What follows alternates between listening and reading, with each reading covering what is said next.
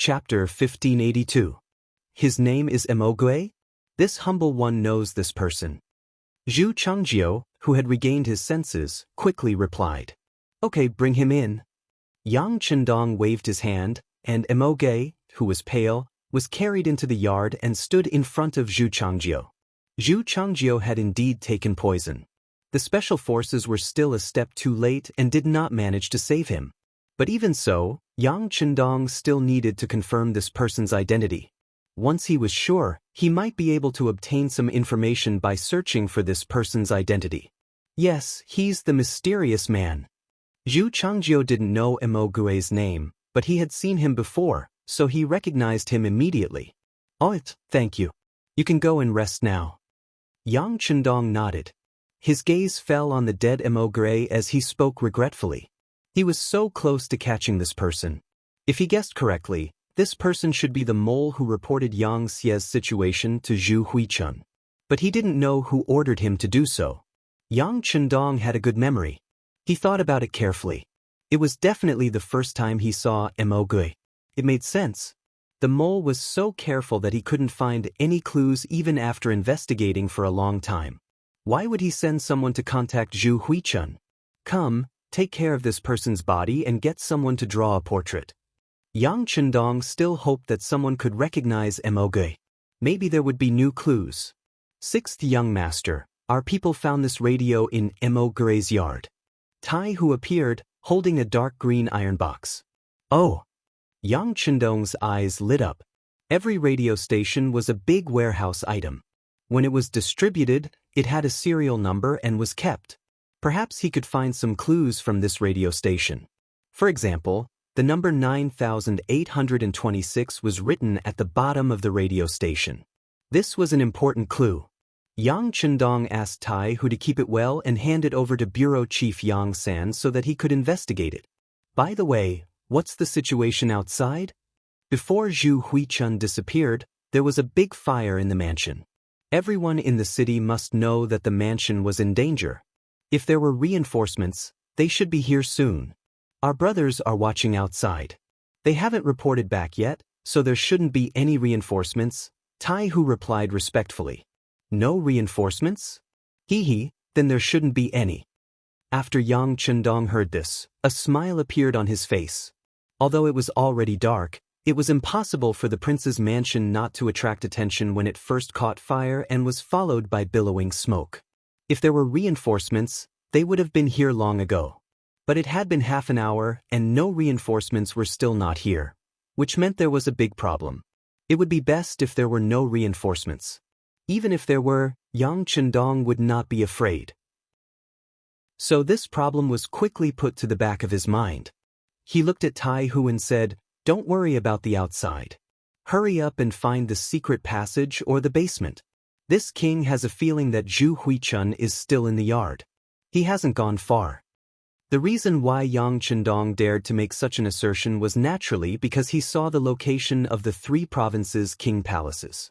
This was the central area of the city. The people living nearby were either rich or noble. If it was just digging a secret passage in the mansion, it could be done quietly as long as he was careful. But if he wanted to dig it out, it would be too difficult to not alarm the rich who valued safety. In addition, Zhu Huichun's position as the king of the three provinces was still very stable.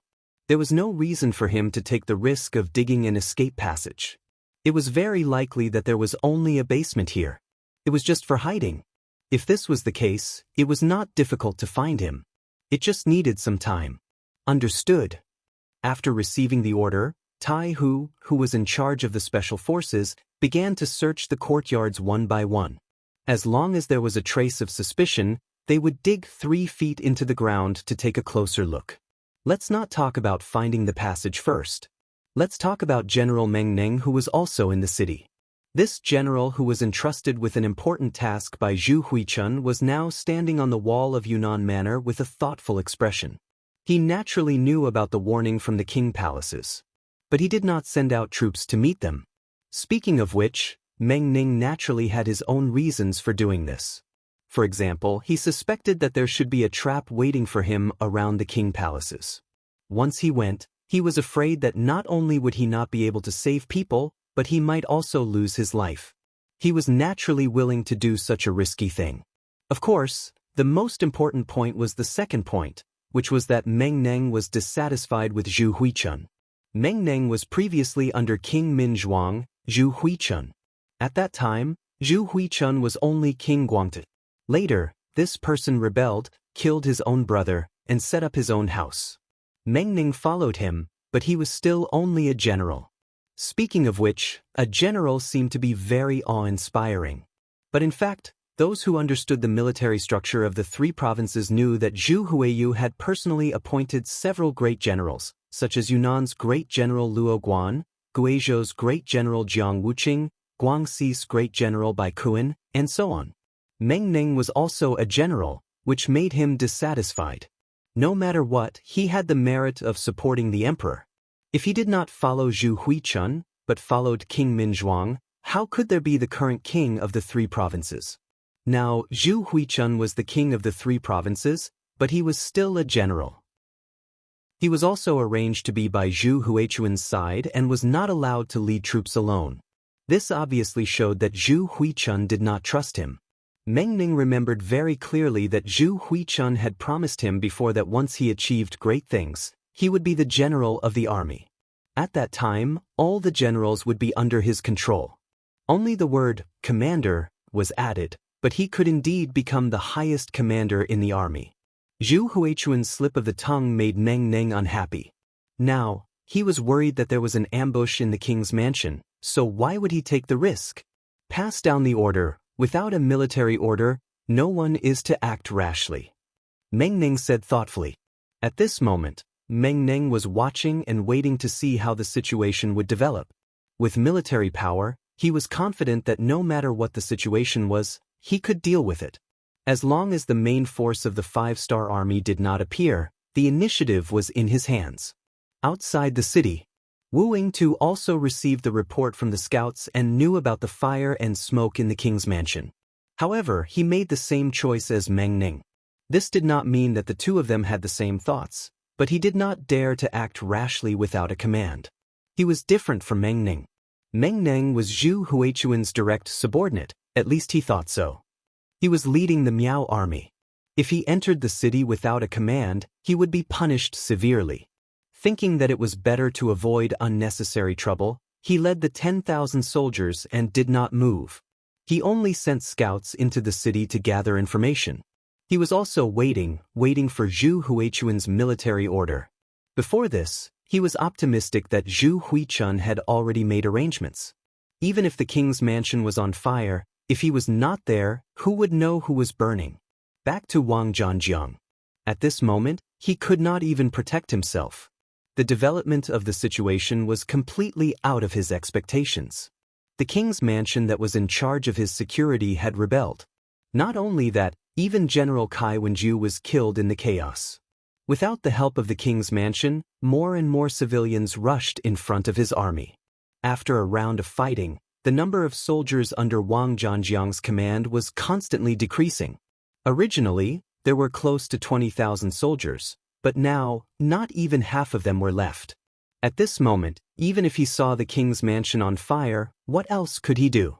The three generals either did not help, waited, or were unable to protect themselves.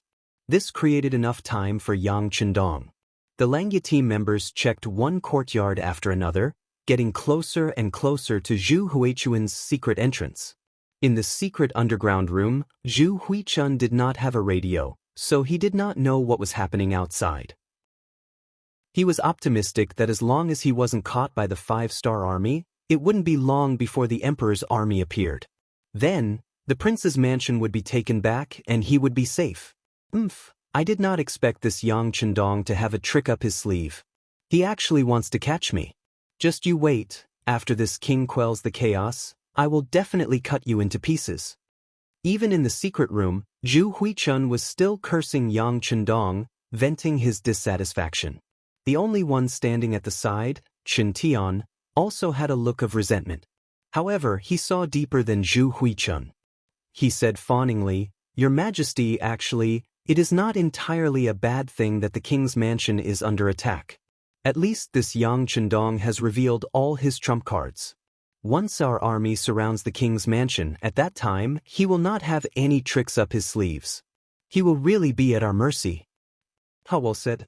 Zhu Huichen burst into laughter after hearing these words. However, Chen Tian also expressed his worry. Your Majesty, I am afraid that Yang Chendong will not be able to find your Majesty. In his desperation, will he vent his anger on the people in the king's mansion? He won't. On this point, Zhu Huichun was very confident. This was also the reason why he only brought Chen Tian to the secret room and did not bring his family. He said confidently, if Yang Chendong dares to harm my family, then his reputation will be tarnished for thousands of years. In this way, he will have no place to turn over. Furthermore, if he can't find this king, what is the use of taking my family? There's no way he doesn't understand this. This was the current situation of the Great Ming Dynasty, or rather, the current situation of the Han people under the influence of Confucianism. Here, the emphasis was on not harming the family. Chapter 1583. For Yang Chendong to have such achievements today, even if he were to die now, history would record him in detail. After all, he had shown the might of the Han people, which was worthy of affirmation. On the other hand, if he really touched Zhu Huelyo's family, he would be completely morally stained. If that really happened, he would not be able to rest in peace even if he died. His family and loved ones would be ashamed of it. It was because he had thought this through that Zhu Huilu was so confident. That's good. If that's the case, the king has nothing to worry about.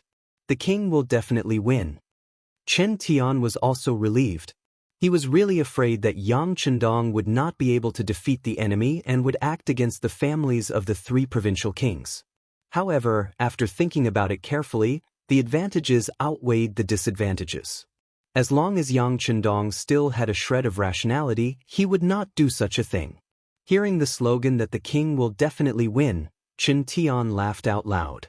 All right, let's see how Yang Chendong is captured alive or how he dies.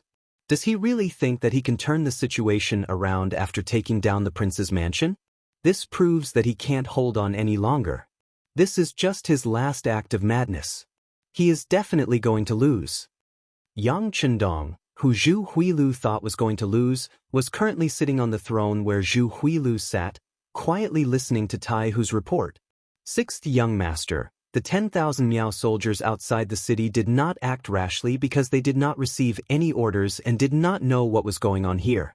Actually, this is normal. However, why is that General Meng Neng also not moving? This is really hard to understand. Tai Hu looked as if he was asking for advice. After all, it was a rare opportunity to learn from Yang Chendong directly. Yang Chendong also thought highly of Tai Hu. If there was an opportunity to teach him, he would not be stingy. He first smiled, then said, the development of everything in the world is not the same. Everyone has their own selfish motives. Obviously, this Meng Ning also has his own thoughts. Before figuring out why the prince's mansion was set on fire, he will not act rashly. I think he is afraid of falling into our ambush and wants to wait for the best price. But Zhu Huihua was his king. If his king was in trouble, shouldn't his subordinates immediately send troops to save him? Isn't he afraid that Zhu Huichen is really fine and will come back to settle old scores with him? Tai Hu still didn't understand. Yang Chendong said patiently, if it were any other time, of course I would be scared. But now was the most chaotic time. Moreover, if Zhu Huiying is fine, then something must be wrong with this prince. If that is the case, Yang Xie will definitely be in chaos. If Zhu Huilu wants to take advantage of this opportunity to gain benefits, he must have people around him. Meng Ning knows this and knows that he is still valuable, so he is not afraid that Zhu Huilu will turn against him. So that's how it is. Tai Hu finally understood. Then he smiled and said, but it's a pity that he doesn't know that not only is the sixth young master fine, but only a little over 100 of us from the special forces managed to take down the prince's residence. He's going to miss such a good opportunity to serve the emperor and perform well. That's right. Yang Chendong shared the same opinion. The prince's residence was not the courtyard he lived in. Because it was small, it was easy to defend. The prince's residence was big and had many walls. If Meng Neng led the army here, it would be impossible for him to defend this place. The best result would be for him to leave with his men.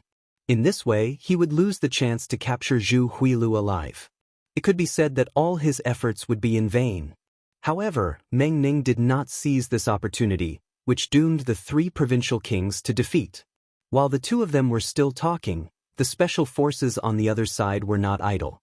Other than leaving the necessary people to guard the 3 gates to prevent any accidents, the other members were carefully searching.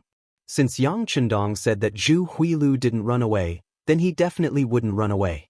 As long as they searched carefully, they would definitely find the entrance to the secret passage. That would be the time for Wolf Fong to perform a meritorious service. Every member of the team was searching attentively, not wanting to leave any corner unturned. Among them, Skinny Monkey's movements were the fastest. Looking carefully, the members of Wolf Fong were all tall and strong. In comparison, Skinny Monkey, who weighed less than 50 kilograms, was an exception. However, not only did he become a member of Wolf Fong, but he was also the leader of Wolf Fong, Iron Tiger. This was because he had real skills in other aspects. For example, he was the one who entered the prince's residence to investigate. Relying on his small body, his qinggong was very good, and he was also very agile. He was very suitable for spying. His skills were not difficult, but he also knew a lot of unorthodox ways. One of them was tomb raiding. Before joining Wolf Fong, he had followed others to rob tombs because of his small body. For example, he could squeeze into some narrow places. For this reason, he was more familiar with the structure of the underground secret passage than the other members. He led a small team of 10 people to search one house after another. His hand tapped on the first floor to see if it was different from the other floors. In this way, in a short period of time, when the others only searched 2 or 3 houses, he had already searched 7 or 8 houses with this method. Finally, he stepped into the house at the secret entrance. This was a storage room, and there were all kinds of daily necessities inside. A room like this looked no different from any other room. However, under Skinny Monkey's leadership, everyone still carefully checked every inch of the room. When he finally came to the corner of the room, in front of a pile of salt, he suddenly stopped. A faintly discernible shoe print was right below the salt bag. If it wasn't for the light of the torch, he was afraid that this oversight would have directly swept past it. Has anyone been here before? Skinny Monkey squatted down and asked the other members. Someone must have pushed the door open to check, but no one would search this corner. One of the team members answered aloud. Hee, this is interesting. Skinny Monkey agreed with this answer. It was because of this that his eyes became brighter. Someone move this salt bag away. Be careful. Skinny Monkey was their captain. After the captain gave the order, a member immediately came forward and moved the salt bag away, revealing a flat ground. Just from the appearance alone, it was impossible to tell that it was different from other places. If this is the entrance, it's really ingenious. The Skinny Monkey-like man smiled with great interest. Then, he leaned forward and gently knocked on the floor a few times. A few echoes sounded, making a slightly crisp sound. This sound was completely different from the dull sound of knocking on the ground. When this sound came out, Skinny Monkey's smile became wider, then he said with a very confident tone, "Go and call more people here. There's something here." This was also why Skinny Monkey was cautious. If the 3 provincial kings were really hiding here, in case there were any ambushes or traps, his group of 10 people was still too small. After Skinny Monkey gave the order, several groups of Special Forces members nearby rushed over. When the number of people reached 50, Skinny Monkey decisively got someone to find a heavy hammer and smashed it fiercely on the ground. He believed that there must be some kind of mechanism controlling this place, but he didn't have time to find it. He could only use the simplest method, violently smashing the door. Dang dang dang, dang dang dang. Under the continuous smashing of the heavy hammer, a black hole with a diameter of nearly 1 meter appeared in front of everyone. At this moment, Skinny Monkey didn't need to say anything. A member suddenly jumped in and disappeared. In the underground secret room, Zhu Huiqi and Chen Tian were still talking about the outside world. From their conversation, they had already determined that the reinforcements were about to arrive, and they should be getting closer and closer to getting out. At this moment, a sound came out, causing Zhu Huiqi and Qin Tian's faces to gradually turn ugly. Obviously, they had thought of something, but before they could do anything, the crashing sound stopped, and a figure appeared in their sight. Then, the skinny monkey-like figure jumped down and came to Zhu Huiqi and Qin Tian. Skinny Monkey had naturally seen Zhu Huiqi and Qin Tian before. When he saw the two of them, he couldn't help but grin. Capturing the two of them would definitely be a great achievement. Skinny Monkey suddenly appeared in the underground secret room from the sky, giving Zhu Huiqi and Qin Tian a shock. They didn't think that someone would discover their underground secret room. It should take a long time and extraordinary ability to find them. Not to mention whether or not the 5-star army had such talents, they had only occupied the 3 provinces with a small number of soldiers. Now, they should be facing the various armies that came to rescue the emperor. How would they have the time to look for them? On the bright side, the 5-star army that occupied the prince's mansion should have been surrounded by the emperor's army, or even killed. But what was going on now? At this moment, both Zhu Huiqi and Qin Tian's faces were very ugly. Qin Tian even intentionally rubbed his eyes. Obviously, even now, he still didn't think that all of this was real. Hee, the two of you don't have to doubt, you are now our captives? Of course, you can resist, but the consequences, will be very serious. Skinny Monkey said as he took out the military knife in his hand and played with it. It was as if he was saying, if you dare to act rashly, I won't be polite. Both Zhu Huiqi and Qin Tian were smart people, so how could they resist at this moment? Especially Zhu Huiqi, he was the king of 3 provinces and was also a member of the Zhu family. Even if he fell into Yang Chendong's hands, he wouldn't dare to hurt him. Chapter 1584. Just like what Yang Chendong thought before, as the people of the great Ming dynasty, they had their own pride. Perhaps it was because they had not come into contact with the outside world, they were simply short-sighted and narrow-minded. In the eyes of these people, the great Ming dynasty was the whole world. Anyone outside of the great Ming dynasty was a barbarian. They should look up to the great Ming dynasty, especially the people of the Zhu family, who were incomparably proud and arrogant. Even if Zhu Huiqi killed his brother, so what? That was their Zhu family's matter. Not to mention, he still had the title of the 3 kings. Based on this, as long as he didn't really rebel against the great Ming dynasty, even if he did something wrong, the emperor wouldn't do anything to him, let alone Bugnam of Gojoseon, who wouldn't dare to do anything to him. With this thought in mind, after a brief shock, Zhu Huiqi tidied up his robe and became arrogant again. Where is Bugnam of Gojoseon? This king wants to see him. Seeing that Zhu Huiqi had given up the intention to resist, the skinny monkey-like man immediately laughed, turned around and said, "Then please." When Zhu Huiqi reappeared in the main hall of the king's mansion, he was no longer the king, but a prisoner. Yang Chendong sat on the throne that Zhu Huiqi was supposed to sit on and looked down. This made the 3 provincial kings very uncomfortable when they entered the hall. Cough, Bugnam of Gojoseon. This king admits defeat in your hands this time. Say, what do you want? Of course, this prince will consider giving Yunnan province to you, but that's all. As for Guizhou and Guangxi, they will still belong to this prince. This is the biggest concession I can make. You should also know that the southern Ming dynasty will not agree to more. After entering the main hall, Zhu Huiqi said to Yang Chendong in a warning tone, giving people the feeling that Bugnam of Gojoseon had taken advantage of him. Hee. Yang Chendong couldn't help but laugh out loud. At this time, Zhu Huiqi still wanted to use the southern Ming Empire to suppress him. Such a person's mind was completely corrupted by the great Ming Empire. If it was described in Yang Chendong's words, then it was hopeless. Zhu Huiyun didn't know about this. Seeing Yang Chendong laughing, he thought that the other party was very satisfied with this result. He couldn't help but heave a sigh of relief. No matter what, he was still a prisoner. Although he believed that with the southern Ming Empire as his backing and his surname being Zhu, Yang Chendong wouldn't have the guts to do anything to him. However, this was his own opinion. Who knew if this person would go crazy and suddenly attack him? Others might not know what kind of person he was in Nanming's eyes, but how could he not know? He killed his brothers and forced the southern Ming Empire to make him the king of 3 provinces. It was hard to say that Zhu Qizhen didn't have any thoughts at all. Perhaps he could borrow Yang Chendong's hand to kill him and Zhu Qizhen might even be happy. Alright, since that's the case, please send someone to send this prince out of the city. Don't worry, since this prince has lost this time, I will admit defeat. I won't send anyone to seize Yunnan province.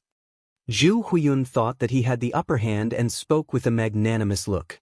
What he didn't know was that after these words, Yang Chendong couldn't help but laugh out loud again. When Qin Tian heard this laughter, his expression changed drastically. He had dealt with Yang Chendong more than once or twice, and he had never really gained any advantage. He didn't think that the other party would let things go so easily now that he had the initiative. Your Majesty, please don't say any more. Chen Tian felt that something was wrong. He stretched out his right hand and gently tugged on Zhu Huiyun's sleeve as he reminded him softly. "HM? What's going on?" Zhu Huiyun also felt that something was wrong, but he couldn't figure it out. There was no need for Zhu Huiyun to figure it out because Yang Chendong had already opened his mouth and said, "Let you go? Zhu Huiyun, has your brain been eaten by a dog? Can't you see the situation clearly at this time?"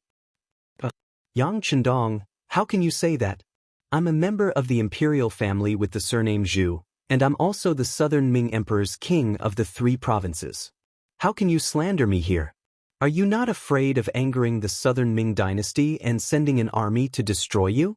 When he spoke to this point, Zhu Huiyun's voice unconsciously dropped a lot. In terms of righteousness, Yang Chendong was a subject of the great Ming dynasty. However, in reality, the current Xianxia was already many times stronger than the great Ming dynasty. It was just that some people were unwilling to admit it. Then there was the problem. Even if Yang Chendong really did something to Zhu Huiyun, what did he do? Would the southern Ming dynasty start a war with Xianxia because of this matter? Not to mention whether they could win or not. In the eyes of the southern Ming dynasty, Zhu Huiyun was not someone to be trifled with. He was not much different from a traitor. They probably wanted the two of them to fight, so how could they meddle in other people's business? This was also the reason why Zhu Huiyun's voice was getting softer and softer. After saying this, his aura was no longer as strong as before. Seeing that Zhu Huiyun had become more obedient, Yang Chendong began to flip out.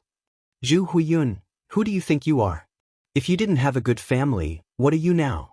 For power, you even killed your own brother and brother. Aren't you afraid that you won't be able to enter your ancestral grave after death? Aren't you afraid that they are waiting for you on the ground with resentment?" Zhu Huiyun, this time, you invited this king to discuss matters. You said that as long as this king came and expressed his sincerity, you would give the 3 provinces to this king. You also said that this would prevent the people of the 3 provinces from experiencing the flames of war. Look, you make it sound so nice, but what is the truth? When Yang Chendong said the word, his voice raised by more than 2 octaves. Because of this, Zhu Huiyun's body trembled and his head lowered even more. However, Yang Chendong had no intention of letting him off easily. He continued to say, "The truth is, ever since this king entered Yunnan Manor, you have always wanted to kill this king. You launched fierce attacks again and again. If it weren't for this king's strong warriors, I'm afraid that this king would be dead by now and end up like your brother and brother. Since you wanted to kill this prince, and now you've been captured by this prince, then tell me, do you think this matter will be resolved so easily? What do you want to do? Don't tell me you still want to harm this king?" Hearing this, Zhu Huiyun could no longer be an ostrich. "Harm you? But you don't deserve it." Yang Chendong shook his head, then said in a resolute and unquestionable tone, "What's the difference between killing you and killing an ant? When the time comes, this king only needs to tell the world that you were afraid because you did something wrong and committed suicide in the king's mansion. I'm sure this result will convince a lot of people and make many people believe it. At that time, tell me, who will care about a dead person?" Zhu Huiyun's face changed drastically. It was not wrong for him to like power. In order to obtain power, he would do anything and kill countless people. However, this did not mean that he was not afraid of death. Killing others and being killed by others were two completely different concepts and results. What's wrong? Are you afraid?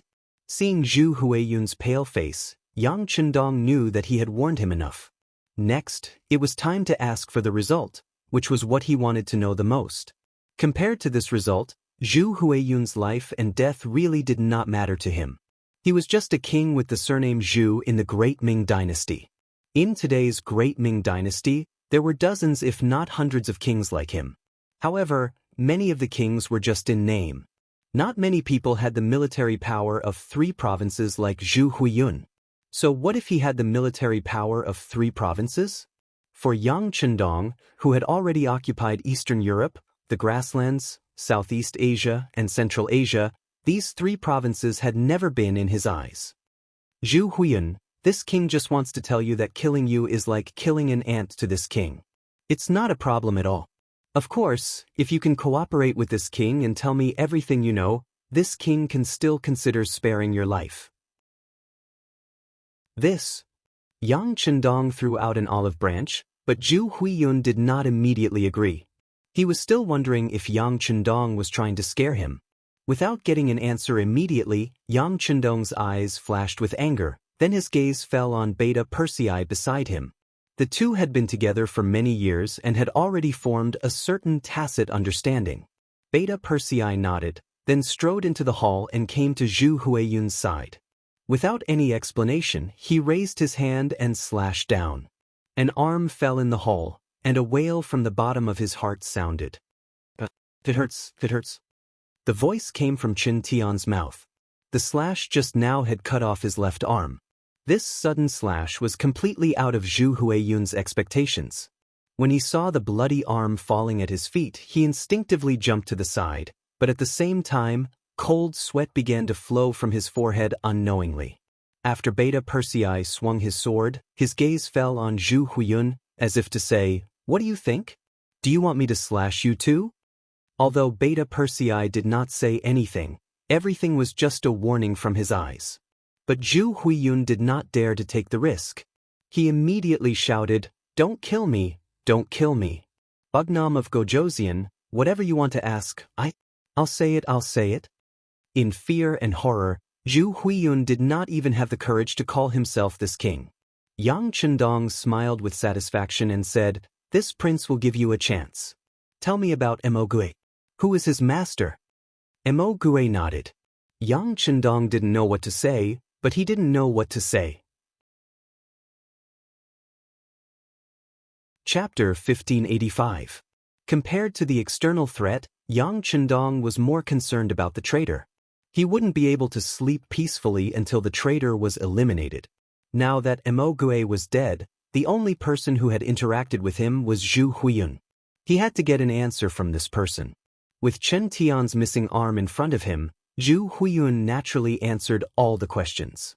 However, he knew very little about Emogui, but he didn't dare to not answer, nor did he dare to speak carelessly. He could only give a detailed account of the first time he met Emogui and the last time he met him. An hour passed.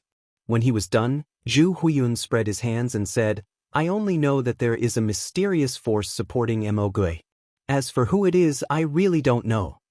Yang Chendong naturally believed him. He didn't expect Zhu Huiyun to be so careful. Emogui had never mentioned the identity of his master. He originally thought that he would be able to find traces of his master. Now, it seemed impossible.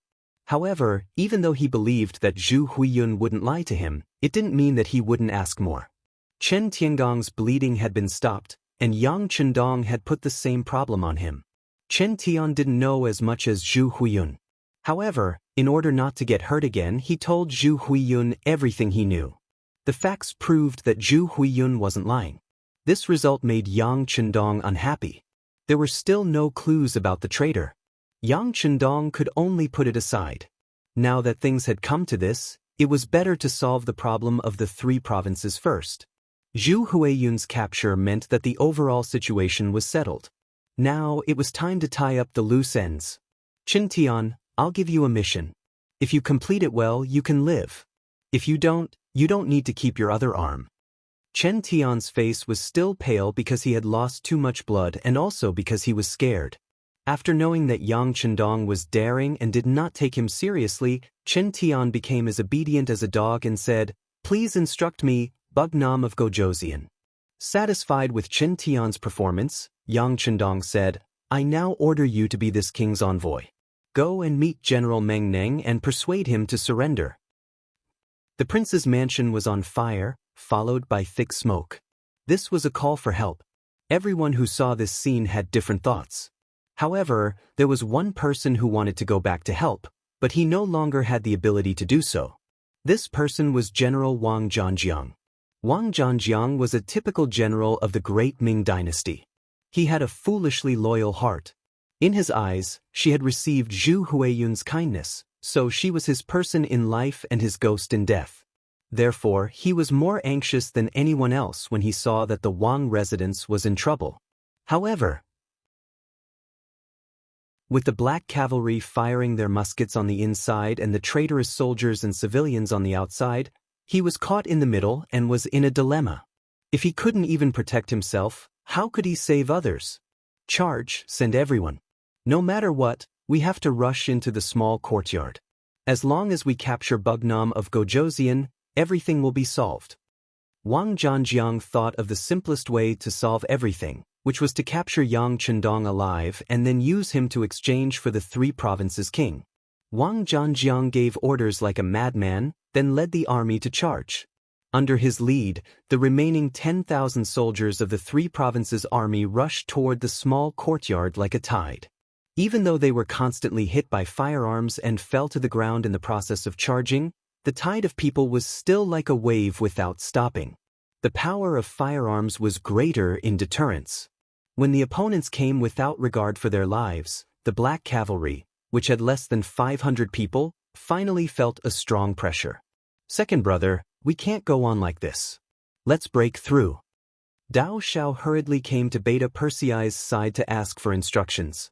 Up until now, the black cavalry soldiers' arms were sore, numb, and swollen. Anyone who had been in the military or had experience with guns would know that shooting a gun was a very physically taxing thing. The continuous gunshots were also a test of the human body's physical fitness. This was because the black cavalry soldiers had better physical fitness.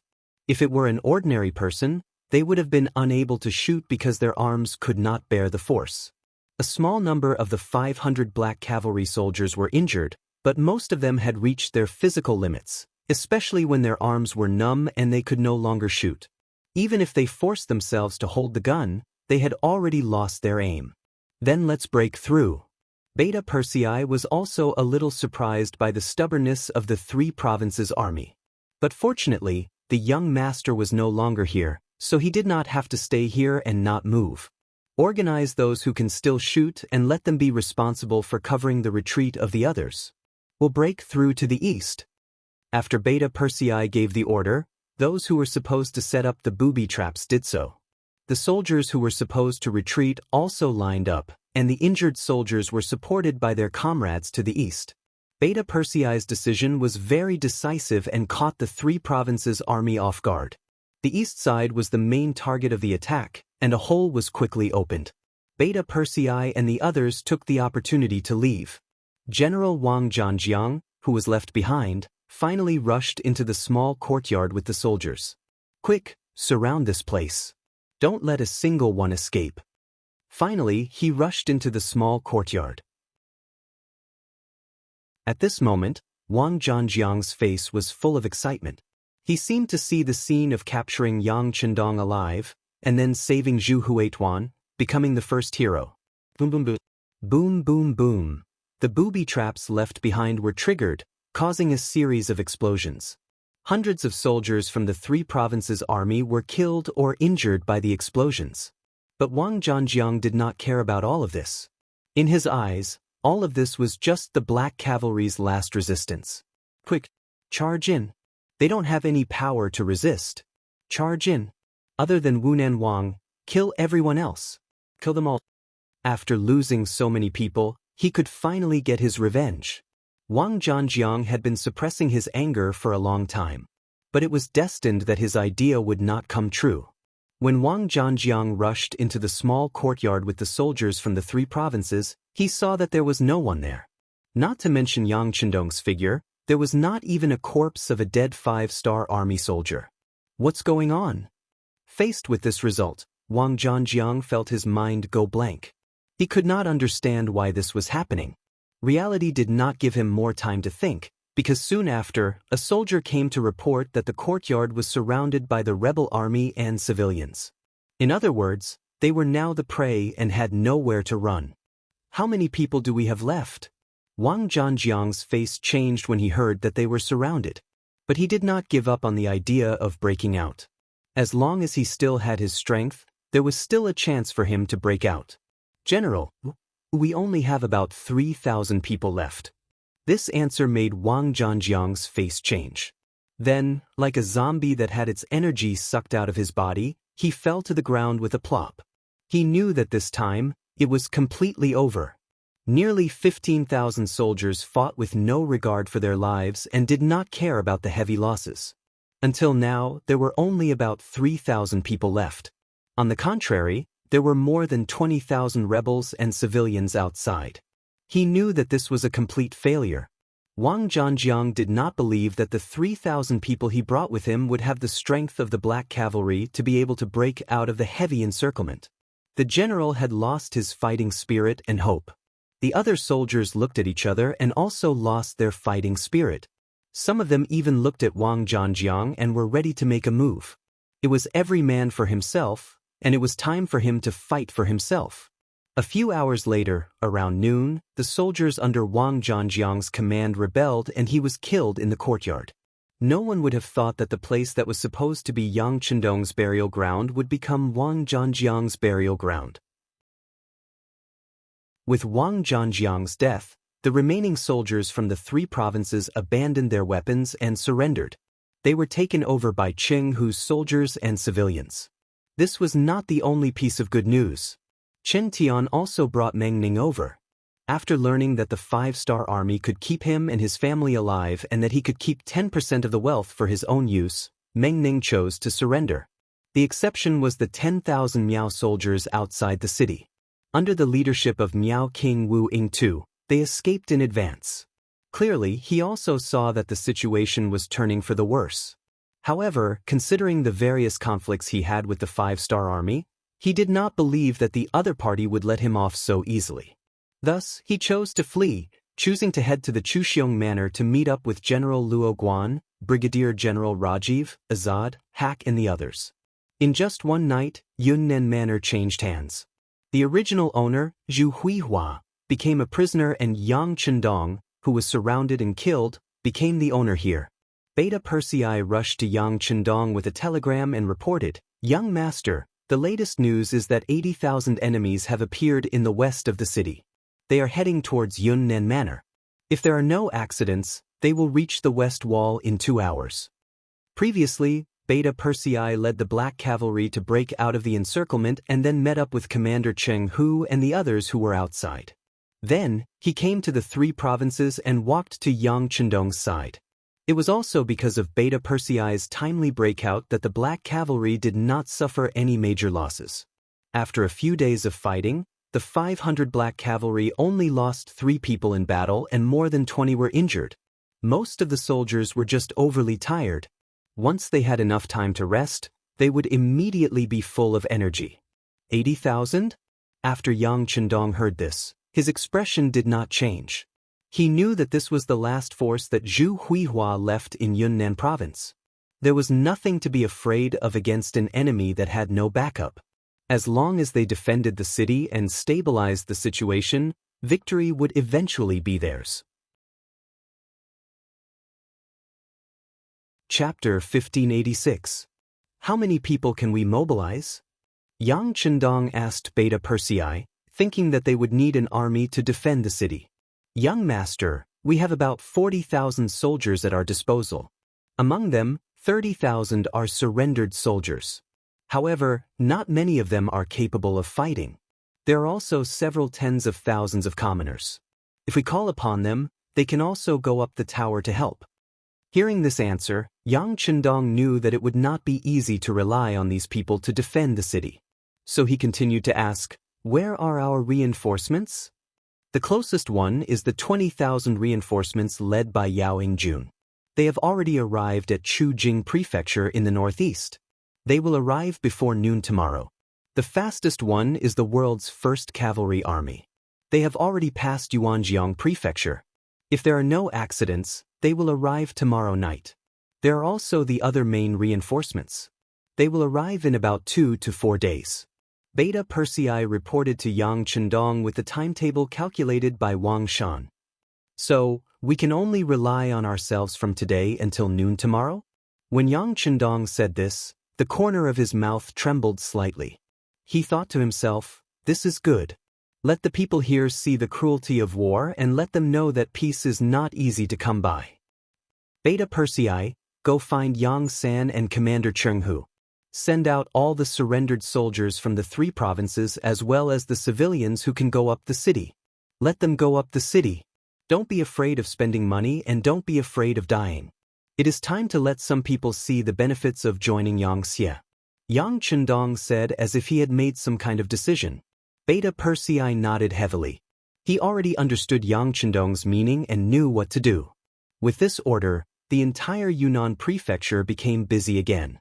Yang San, who had been hiding in the dark, also appeared in front of everyone with a group of secret agents. They began to mobilize the civilians to go up the city tower to defend the city. It must be said that the 3 provinces were ruled by the 3 provinces' king, Zhu Huifeng, and many soldiers were recruited over the years. However, most of them were recruited to recruit able-bodied men. It was completely different from Yang San's recruitment process, where anyone who agreed to go up the tower to defend the city would be given silver. When the shining piles of silver were placed under the city gates, the enthusiasm of the citizens surged. It was said that money could move the gods. Now it seemed that it was true. Under the temptation of the silver, more and more civilians joined the army to defend the city. Among them were some middle-aged men over 40 years old. Normally, when the 3 provinces' kings were looking for able-bodied men, they would not be the target. But when there was silver to be taken, they actually took the initiative to join the army. The notice, the soldiers, the soldiers, the soldiers, the soldiers who were the soldiers, they were the soldiers who were the soldiers. It was clearly written that the soldiers only needed to hold on until noon the next day. Once the reinforcements from the 5-star army arrived, they would be considered to have completed their mission. Furthermore, they would not need to return the silver to the person who completed the mission. In the end, it was just 1 day. Every person who joined the army would be able to receive 5 taels of silver. To the commoners, this was no different from a pie falling from the sky. As a poor commoner, there were naturally not many people who would reject such an opportunity. The result of the recruitment was far beyond the expectations of Beta Persei, Yang San, and the others. When they saw that there were 40,000 civilians, as well as the surrendered soldiers, they all joined the mission to defend the city because of the silver. When the number of soldiers expanded to 80,000, they reported this to Yang Chendong. Do you see that? This is the strength of the civilians. Think about how ridiculous it is for those who treat the civilians as ants. Yang Chendong said with emotion. Then, he handed the command of the defense to Beta Persei. Yang San was in charge of logistics. Beta Persei was naturally excited when he received the command of the defense. First, he found Cheng Hu and the soldiers of Lung Feng's 1st Army, 1st Division, and 1st Regiment, and made them the backbone of the army. After a simple distribution of 80,000 soldiers, he went up the city gate tower and waited for the enemy to appear so that they could fight. Miao King Wu Yingtu saw that the situation was not good and fled. It was in the process of retreating that he encountered Yunnan's great general Luo Guan and 40,000 soldiers of the original Gala army. At that moment, 80,000 of them gathered together and headed straight for Yunnan Manor. And this was the power in the open. In the dark, Shiping King Mubin also led 10,000 soldiers to the foot of Yunnan Manor. Ever since he received the message that Zhu Huichun had begun to attack Yang Chendong 3 days ago, Shiping King Mubin could not sit still. Thinking that when 2 tigers fought, one of them would definitely be injured, and with the intention of benefiting from the fight, he led the 10,000 elite soldiers of the West Pacifying Army to travel day and night.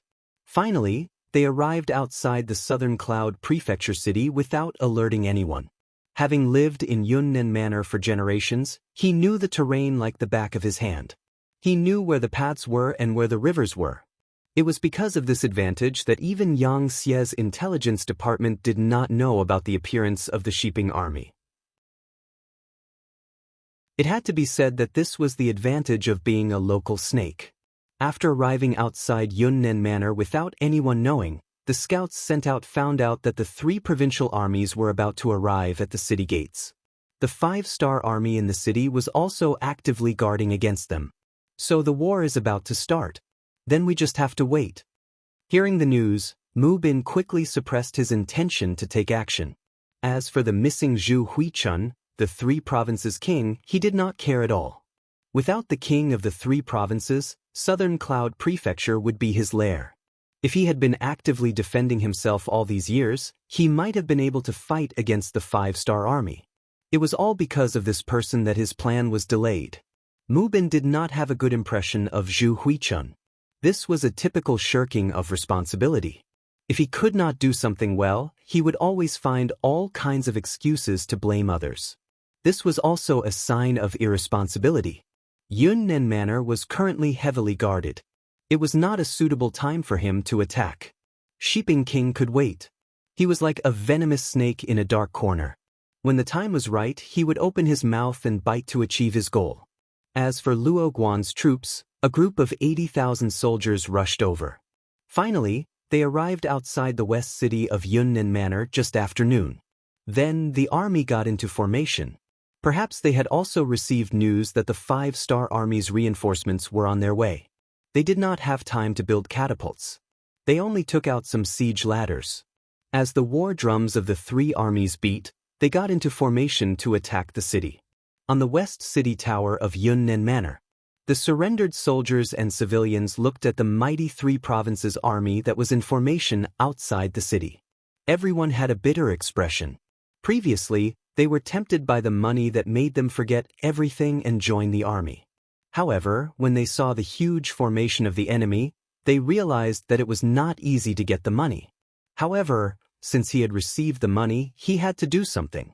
Otherwise, even if the 3 provincial armies didn't attack the city, the inspection team arranged by the 5-star army in the city wouldn't let him off. Forget it. Let's do it. There are so many of us. Let's not be afraid. Even if they could not figure it out, the soldiers had to think it through. When they saw so many of their comrades standing around them, they could only cheer themselves up. This was also the thought of many of the soldiers guarding the city.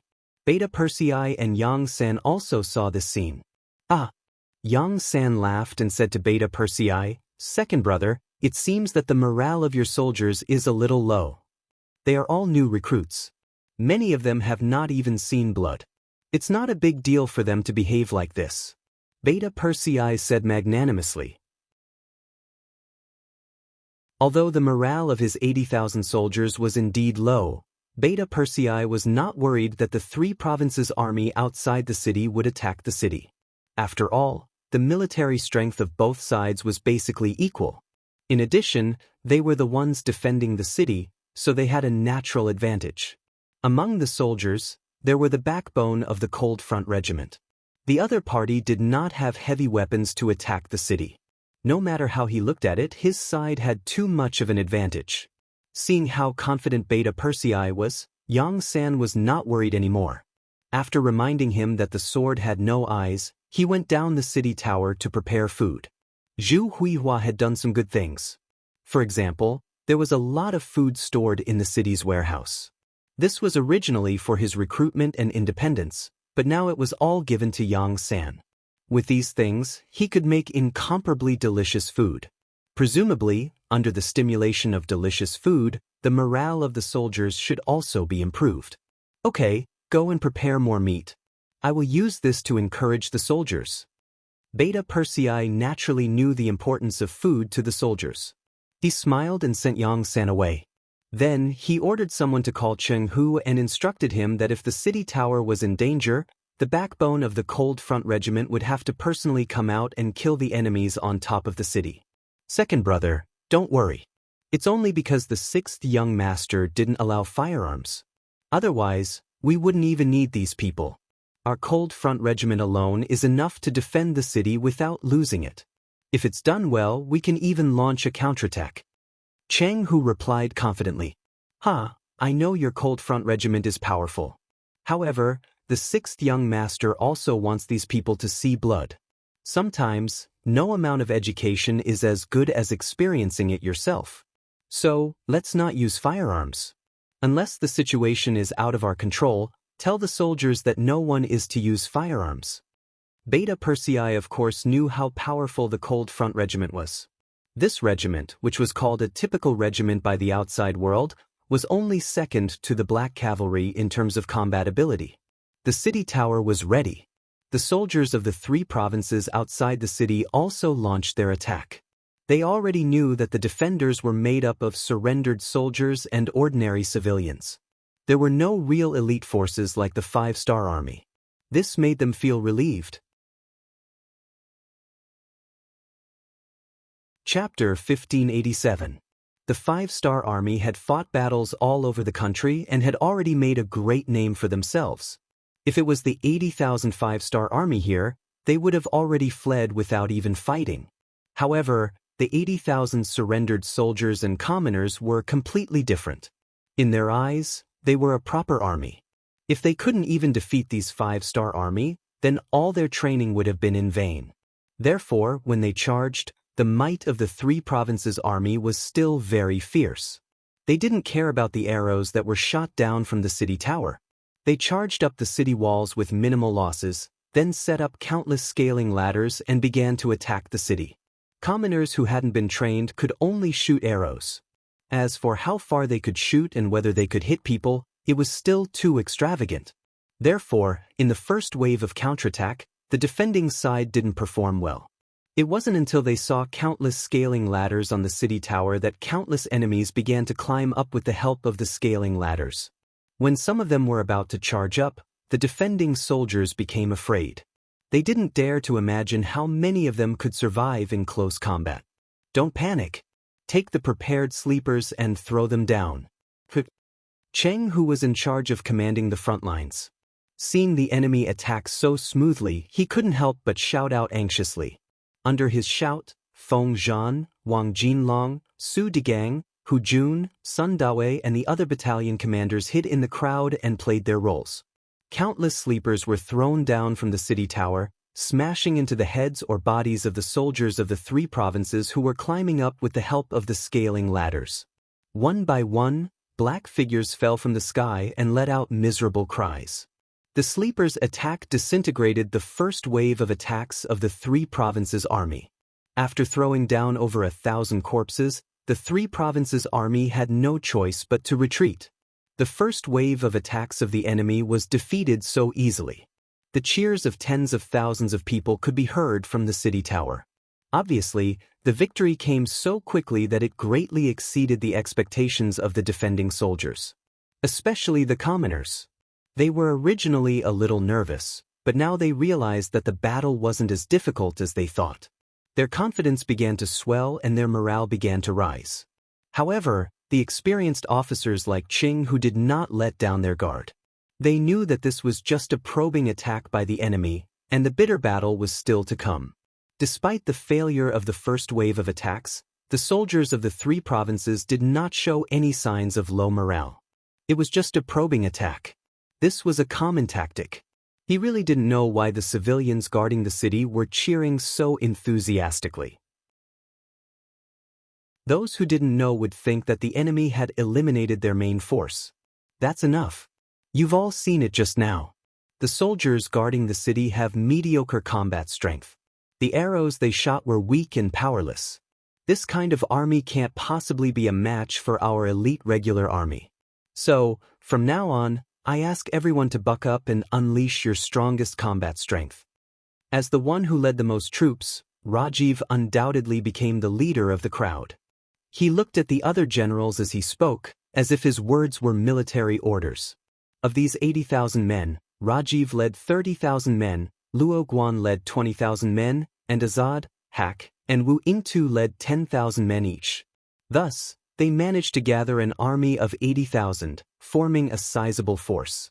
Because his country, Bangra, had already been destroyed by the 5-star army, and his country had also announced its surrender. At this moment, Rajiv was already homeless. Now, he had no way to escape except to trust the king of the 3 provinces, Zhu Huihua. Until now, he still didn't know that Zhu Huihua had been captured by Yang Chendong. He still wanted to rush into Yunnan Prefecture, drive the 5-star army out of here, and then find Zhu Huihua as soon as possible. Then, both sides would cooperate. This way, he would have a place to live. All of this was due to Rajiv's own thoughts. As the king of the 3 provinces, even if he couldn't beat the enemy, he still had a way to save his life. Perhaps Zhu Huihua was now hiding in a corner of Yunnan Prefecture, waiting for him to rescue him. The generals were now homeless. Only by uniting could they form a joint force and not be easily bullied.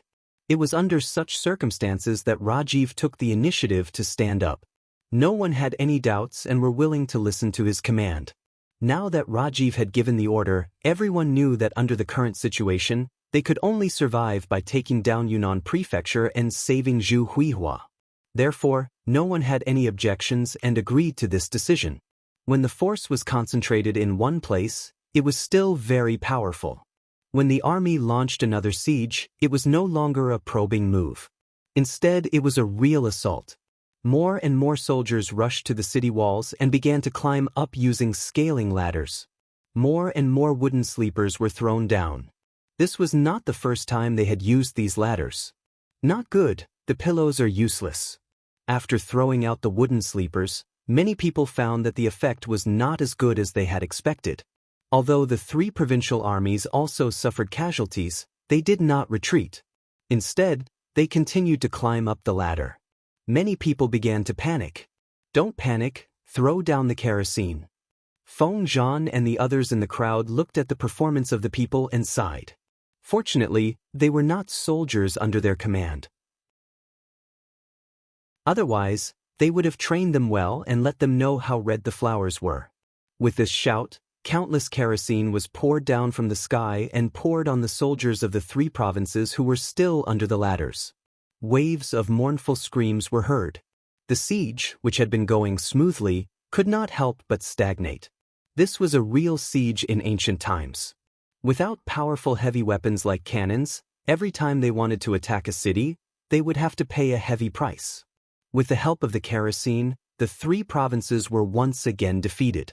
The people on the city wall could not help but cheer again. The 2 consecutive victories made them look down on their opponents again. However, what they did not know was that both the kerosene and the pillows were auxiliary weapons to defend the city. In the end, if they wanted to defend the city, they still needed to rely on force. As expected, after a short break, the 3rd siege began. This time, neither the sleepers nor the kerosene were intimidated by the soldiers of the 3 provinces. A small number of them began to rush up the city walls. For the first time, the 2 sides engaged in close-range combat. Because the 3 provinces were the ones attacking the city, there were not many soldiers who rushed up the city wall tower. In the end, they were all beaten down by the people and the surrendered soldiers. If not for this, in a one-on-one battle, the defending side would have lost. After a few consecutive charges, both sides suffered losses. When the sky turned dark, the 2 sides temporarily stopped fighting. They began to eat and accumulate strength. Yang San, the chief steward in charge of logistics, came. Under his leadership and organization, countless women in the city got busy. They prepared a large amount of delicious food and sent it to the city gate tower. There were fresh soup and meatballs, which really filled the soldiers' stomachs. Everyone eat your fill. There is plenty of food. Only when you are full will you have the strength to fight. When we win, everyone will be heroes. There will be even more delicious food waiting for you. Yang San ordered people to carry the food up while encouraging everyone. The fragrance of the meat spread in all directions. When the soldiers smelled it, they involuntarily swallowed their saliva. All these years, it was said that the southern Ming dynasty ruled this place. However, in reality, Zhu Huixin, who held the military power, was the real ruler. He was a person who only had ambition and political means. He did not have the slightest idea of developing the economy. Under Zhu Huixin's rule, food had to be imported from Xianxia most of the time. It was easy to imagine what kind of life the people here were living. It was not an exaggeration to say that every year when spring came, even the tree bark would be gnawed off. Under such circumstances, it was easy to imagine the lives of the people. Not to mention eating meat, they had not even eaten rice for a long time. Now that the meatballs were brought up, whether it was the surrendered soldiers or the people, their eyes lit up. If not for the cold front soldiers watching from the side, they would have reached out to snatch them. Don't worry, don't worry. Everyone has a share, everyone has a share. Yang San chuckled and ordered basin after basin of delicious food to be brought up to the tower and placed in front of everyone. Food for tens of thousands of people was definitely a considerable amount. Fortunately, there were enough women in the city. When Yang San said that he was willing to help cook and provide a full meal, there weren't too many applicants. Almost half of the women in the city came over. With the help of these people, the cooking was naturally not difficult. In the end, they requisitioned a lot of iron pots and basins before they barely completed the task. When the delicacies were brought up, the sound of people eating could be heard everywhere. The sound of people smacking their lips was very satisfying and made them feel incomparably hungry. On the tower, the fragrance of the meat was carried by the wind and drifted to the barracks of the 3 provinces. Immediately, the sound of people swallowing their saliva was heard. Even General Rajiv's face darkened at this moment. This is simply a provocation, they are showing off. Rajiv stood up and looked at the tower of Yunnan Manor with a fierce face. He lowered his head and looked at the dry rations and the clear water he was eating. He was in a bad mood. Don't eat any more, prepare to charge, charge. Tell the soldiers that there is delicious food waiting for us in Yunnan Manor. As long as we capture the city, there will be meat to eat. Rajiv angrily ordered the army to continue attacking the city. The movements of the 3 provinces under the tower were quickly seen by the soldiers on the tower. Curses immediately sounded. Damn it, they actually don't want us to eat properly. These bastards. I haven't eaten my fill yet and they are coming. Are they rushing to their deaths? Chapter 1588. Cutting off my food supply is the same as killing me. Come, watch how I chop off your heads and kick them like a chamber pot. On the city tower, more and more soldiers expressed their dissatisfaction. In an instant, the crowd was enraged and the soldiers' morale rose by a few steps. Looking at this scene, Yang San chuckled and immediately said, "Everyone, don't be anxious. Fight well. There will be supper delivered in the middle of the night. However, everyone must defend and not let the enemy attack. Otherwise, not only will there be no food to eat, even the safety of your family in the city will not be guaranteed." Hearing that there would be supper at night, many soldiers immediately felt their bodies were filled with energy. One by one they shouted, "Don't worry with us here, we will defend our home. With this meal, our lives will be sold to the 5-star army. Yes, we will definitely defend the city with our lives and not let the 3 provincial armies take a step forward. Defend Yunnan Manor with our lives and kill all the enemies. Defend Yunnan Manor and kill all the enemies." On the city tower, the morale of the soldiers was even higher. Under such circumstances, the 3 provincial armies launched a siege. One could imagine what the outcome would be. In the following process of the charge, the soldiers of the 3 provinces truly experienced what it meant to change. It felt as if their opponent had suddenly changed. After countless of their comrades had died in battle, Yunnan Manor still stood in front of them without any signs of wavering. After a night of fierce battle, the 3 provincial armies showed a trace of fatigue. Originally, they thought that after their 80,000-strong army arrived at Yunnan Manor, they would be able to easily take down the city. After all, the news said that Yang Chendong only brought 500 black cavalry with him. Even if they had enviable firearms in their hands, this small number of people was only enough for them to protect themselves. Who would have thought that after fighting until now, Not only had they not taken down Yunnan Manor, they had not even seen the person in charge. Their opponents were just some surrendered soldiers who had no choice but to, in addition to some ordinary citizens in the city, and the older ones. This kind of blow really made Rajiv and the others a little disappointed. They even began to doubt their own fighting strength. What's going on? How is it that Yang Chendong is able to unleash such powerful combat prowess? General Luo Guan asked in the main tent with a puzzled expression. Since it wasn't that his combat power wasn't good enough, then he could just find another reason to blame it all on Yang Chendong's command. This was a very good choice. No one knew how to answer this question. The morale of the people in the tent began to plummet. In fact, things were not as bad as they had imagined. As the defenders of the city, they had also paid a heavy price. After an afternoon and a night of intensive attacks, more than 10,000 surrendered soldiers were killed or injured. The civilians were even worse off. The number of casualties reached 20,000. This was the difference between untrained and trained. Those who had been trained would naturally be able to borrow strength and cooperate with each other. Those who had not been trained would only rely on their brute strength. If it weren't for Lung Feng's occasional attacks on the city walls, the city might not have been able to defend itself. Of course, this had a lot to do with the short amount of time they had to defend the city. Yang Chendong had promised everyone that he would only defend the city for 1 day and 1 night. Once the reinforcements arrived, they wouldn't have to risk their lives anymore. It was because of this hope that everyone could continue to persevere. Even though many of the civilians were still vomiting after seeing the blood, they endured it when they thought about how they would be able to return home with their silver. On the other hand, if there wasn't a time limit, their hearts would have been in chaos. Rajiv and the others didn't know this. They understood that the city was very difficult to attack, and the 5-star army's reinforcements were about to arrive. They had reached a point where they had to make a decision.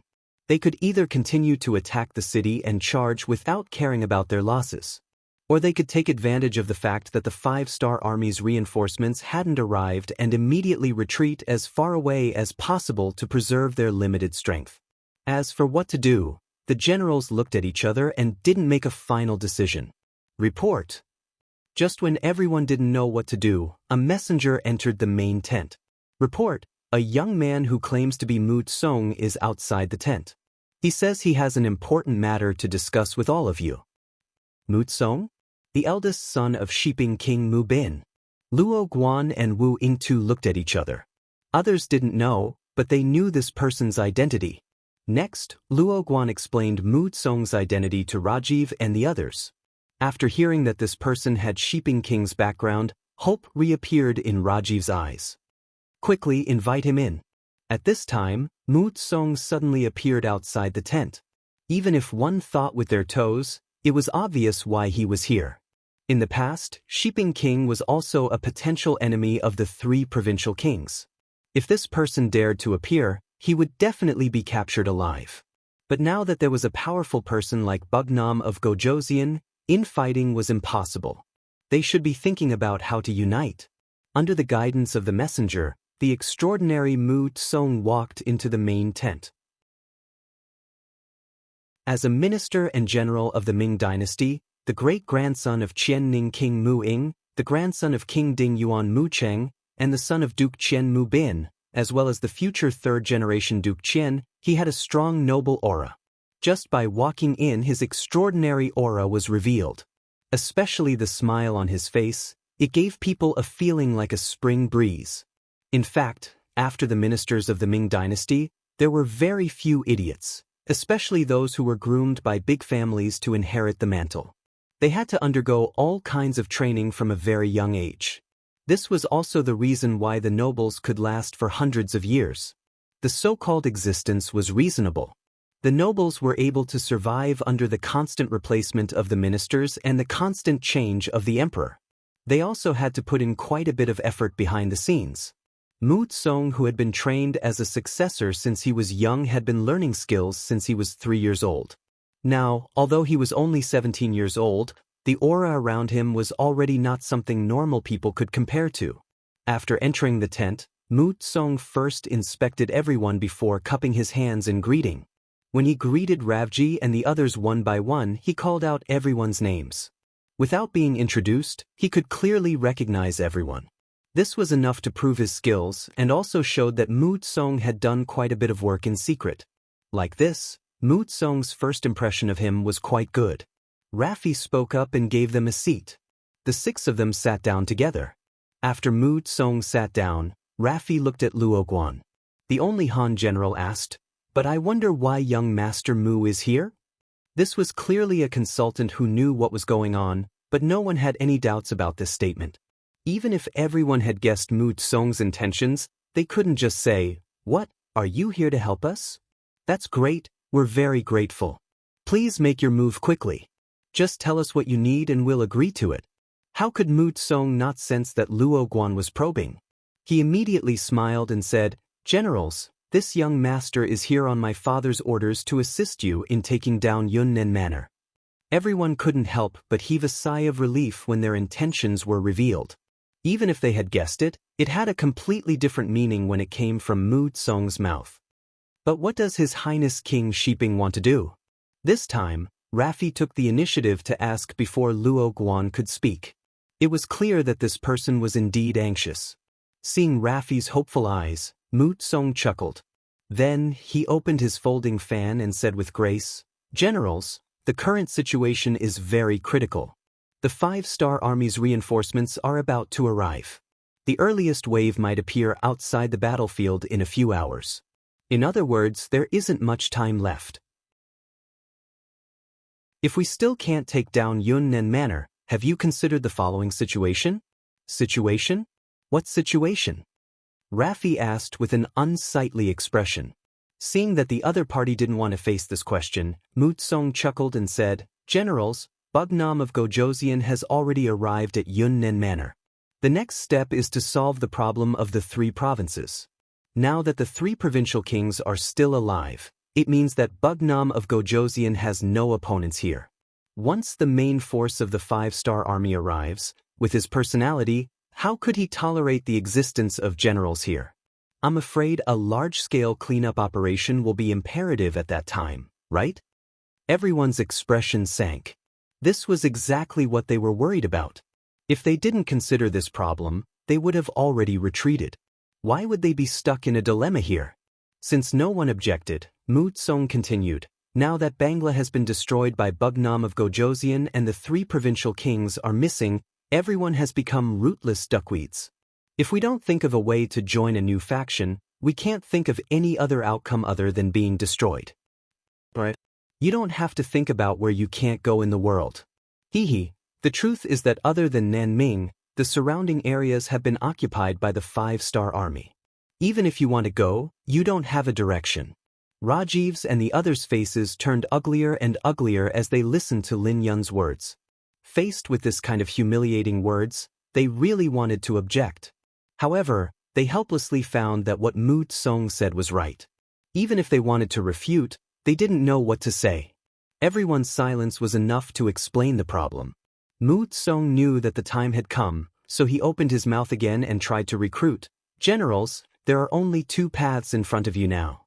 First, immediately surrender to Bugnam of Gojoseon and you might be able to keep your life. But forget about glory and wealth. To be honest, with your actions and the fact that you attacked the city, it's already good enough that you can keep your life. As for the second path, it's to join my banner. As long as you're willing to join, you'll be a general of Nanming. My father can guarantee your safety and your current position. After all, no matter how powerful Bugnam of Gojoseon is, he's still a subject of the Great Ming. How can a subject provoke his master?"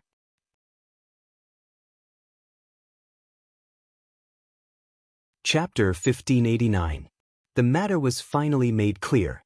Mu Tsong didn't seem to be in a hurry for everyone to express their stance. Instead, he put away his folding fan and slowly sipped on the tea on the table. However, from time to time, his eyes would vaguely sweep across the crowd, indicating that his heart was not calm at all. Coming as a lobbyist this time was also a risk. No one knew what Loveji and the others were thinking.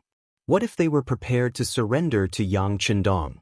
Then wouldn't he be walking right into a trap and be captured to take credit? Although the possibility of this was very low, it was still possible. Therefore, Shiping King Mu Bin didn't agree to Mu Tsong coming as a lobbyist until Mu Tsong said it was a critical moment of survival.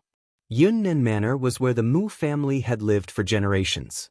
Without this place, they would have no roots, no weight, and no influence in the southern Ming Empire. For the Mu family's future, and to thank the great Ming Empire for their kindness to their ancestors, this risk was worth taking. That was why Mu Tsong appeared here. That was why he said those words. But in reality, his little heart was pounding rapidly. He was even prepared to die for a noble cause. Even if he died, he couldn't fall into Yang Chendong's hands and let Bugnam of Gojoseon use him to threaten his royal father. Mu Tsong carefully observed everyone. At this moment, everyone was seriously considering Mu Tsong's words. As he said, they really didn't have any other choice now. Disregarding everything else, it was indeed as the other party had said, they had no way out. If they couldn't take down Yunnan Manor and rescue Zhu Huiqiang before the 5-star army's main force arrived, then they really wouldn't have a place to live in the future. Could they rescue Zhu Huiqiang just by taking down Yunnan Manor? Who knew if this person was alive or dead, or had fallen into Yang Chendong's hands? If it was the latter, they probably wouldn't be able to find Zhu Huiqiang even if they took down Yunnan Manor. In that case, what was the point of taking down Yunnan Manor? At the end of the day, they were determined to attack Southern Cloud Manor just to find a boss for themselves. In a place like the Great Ming Dynasty, where everything was particular about status, without Zhu Huiahua's protection, their existence was unreasonable and everyone had the right to punish them. This also meant that their existence would not last long. But now, things were different. Mu Tsong was here. They had another choice, which was to become Shiping King's subordinates. That way, they would have a backer, and they would also have a name. Just as Mu Tsong had said, Shiping Wang was from the Southern Ming Dynasty. Yang Chendong was only a king with a different surname from the Great Ming Dynasty. If he dared to attack King Shiping, he would be making an enemy out of the Southern Ming Empire. That would be a great disrespect, and he would lose in terms of innate ability. As for the matter of surrendering, no one even considered it. Their previous actions had already offended the 5-star army. Surrendering to them would only bring shame to themselves. Therefore, there was only one option left, which was to seek refuge with King Shiping. The generals quickly made a decision in their hearts. In their eyes, the reason why they were willing to obey Zhu Huiahua's orders was because he was a king personally conferred by the Great Ming Dynasty. Now that they had a better choice, Zhu Huiahua's life and death had nothing to do with them. I'm willing to pledge my loyalty to King Shiping. The first to think it through was Rajiv. He was originally a general of the Binjgrad kingdom. Now that the kingdom was destroyed, he had no other choice. After Rajiv took the lead, Luo Guan, Wu Yingtu, Azad, Huck, and the others also expressed their loyalty to Mu Tsong one by one. All right. Mu Tsong stood up excitedly. After all, he was only a 17-year-old youth. Even if he was shrewd, there was a limit to it. Seeing that he had achieved his goal, of course, he would be excited. Young master, I wonder what King Shiping wants us to do next? It was Rajiv who asked, but his attitude was very humble. It seemed like young master Mu Tsong was the leader in the absence of King Shiping. At this moment, not only Rajiv, but the other generals also looked at Mu Tsong, waiting for his answer. Ahem. After clearing his throat, Mu Tsong raised his head higher and spoke more forcefully. Everyone, thank you for believing in my father. Don't worry. Since everyone has made a wise choice, you will be part of King Shiping's residence in the future. You will also be part of the Southern Ming Dynasty. Even if we can't defeat the 5-star army in the future, as long as we withdraw from the battlefield in time, the 5-star army won't dare to do anything to you. Because you have the powerful Great Ming Dynasty behind you. Everyone nodded like chickens pecking at rice. This was the result they wanted. Speaking of this, it had to be said that the Great Ming Dynasty was still a colossal existence in everyone's mind. Whether it was territory, army, or economic strength, the Southern Ming Dynasty and Baiming were not small countries that could be compared to them. There were even a lot of rumors that the 5-star army was invincible and destroyed countries wherever they went, but they didn't seem to have any conflicts with the Great Ming Dynasty. Even though Baiming had caused trouble for the five-star army several times, they only focused on defense. All of this seemed to indicate that the five-star army was strong, but they were not a match for the Great Ming Dynasty. The reason why the Great Ming Dynasty didn't really attack the five-star army was because they were all Han and had the same ancestry. Secondly, the Great Ming Dynasty's national policy was that they wouldn't attack unless they were attacked. The five-star army respected the Great Ming Dynasty, so everyone was at peace with each other. Otherwise, if the Southern Ming Dynasty or Baiming really wanted to attack, the five-star army wouldn't be a match for them. Once this saying spread, it was seen as a golden rule by many people, especially since the five-star army didn't come out to deny it. It was seen as the truth by many people. Therefore, to be able to join the king of Shiping's army was very tempting for Rajiv and the others. Back to the main topic, after getting Rajiv and the others to surrender, Mutsong told them the result of his discussion with his father. Everyone, my father's intention is to take advantage of the fact that we have the advantage of military strength and take down Yunnan Prefecture before the five-star army's reinforcements arrive. We need to prove to the Southern Ming Dynasty that we are strong. Only then can we get more support from the imperial court. At the same time, it's also a warning to Yang Chendong not to provoke us. Otherwise, he won't be able to bear the consequences. Well said. Rajiv and the others immediately cheered when they heard this. They had just joined the king of Shiping's army and urgently needed an opportunity to prove themselves. Taking down Yunnan Prefecture was the best way to prove themselves. With such a simple idea, everyone reached a consensus. This was exactly what Mutsong wanted. Under the premise that they had the same goal, the next step was to discuss the next military plan. The siege had to continue. Not only that, they also had to think of a plan to deal with the five-star army's reinforcements. The generals began to use their talents and discussed. On the tower of Yunnan Prefecture, the three provincial armies had stopped attacking for half an hour. In the three provincial palaces in the city, Yang Chendong's expression didn't change after he heard Ba Daojiang's report. Sixth young master, do you think they're not going to retreat? Ba Daojiang asked again when he didn't get a response.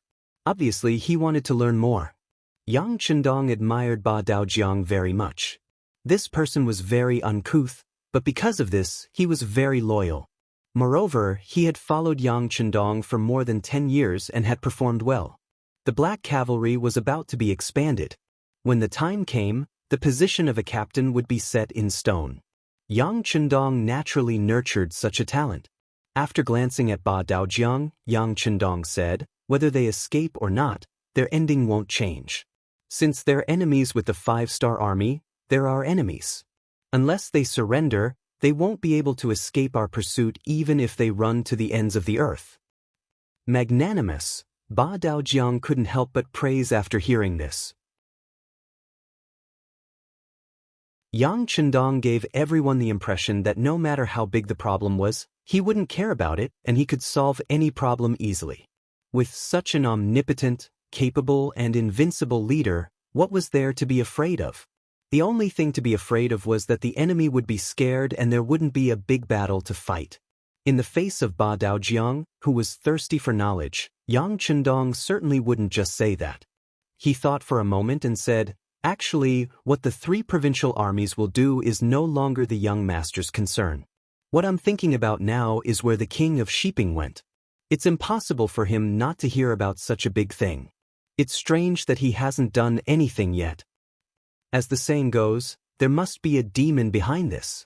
This is the person we need to guard against. Yang Chendong's words stunned Ba Daojiang. Sixth young master, do you mean that our biggest enemy is the king of Shiping? For now, yes. After all, an enemy who doesn't make a move is the scariest. Once he makes a move and we know his purpose, there's nothing to be afraid of. How about this? Send someone to inform Beta Persei and tell him to be careful. Also, tell Yang San to keep an eye on the city. The Mu family has been living in Yunnan Prefecture for generations. No one knows how strong his hidden forces are here. There's no harm in being on guard. Yes. Ba Daojiang's expression became a lot more serious after hearing this. He had already understood the meaning behind Yang Chendong's words. The most threatening king of Shiping had not made a move until now. It was very likely that he was planning something in the dark. This was what they needed to guard against the most. While everyone's attention was still on the city defense battle, Yang Chendong had already seen the bigger picture. Ba Daojiang felt that he still needed to learn to be vigilant in times of peace. He needed to learn to be vigilant all the time.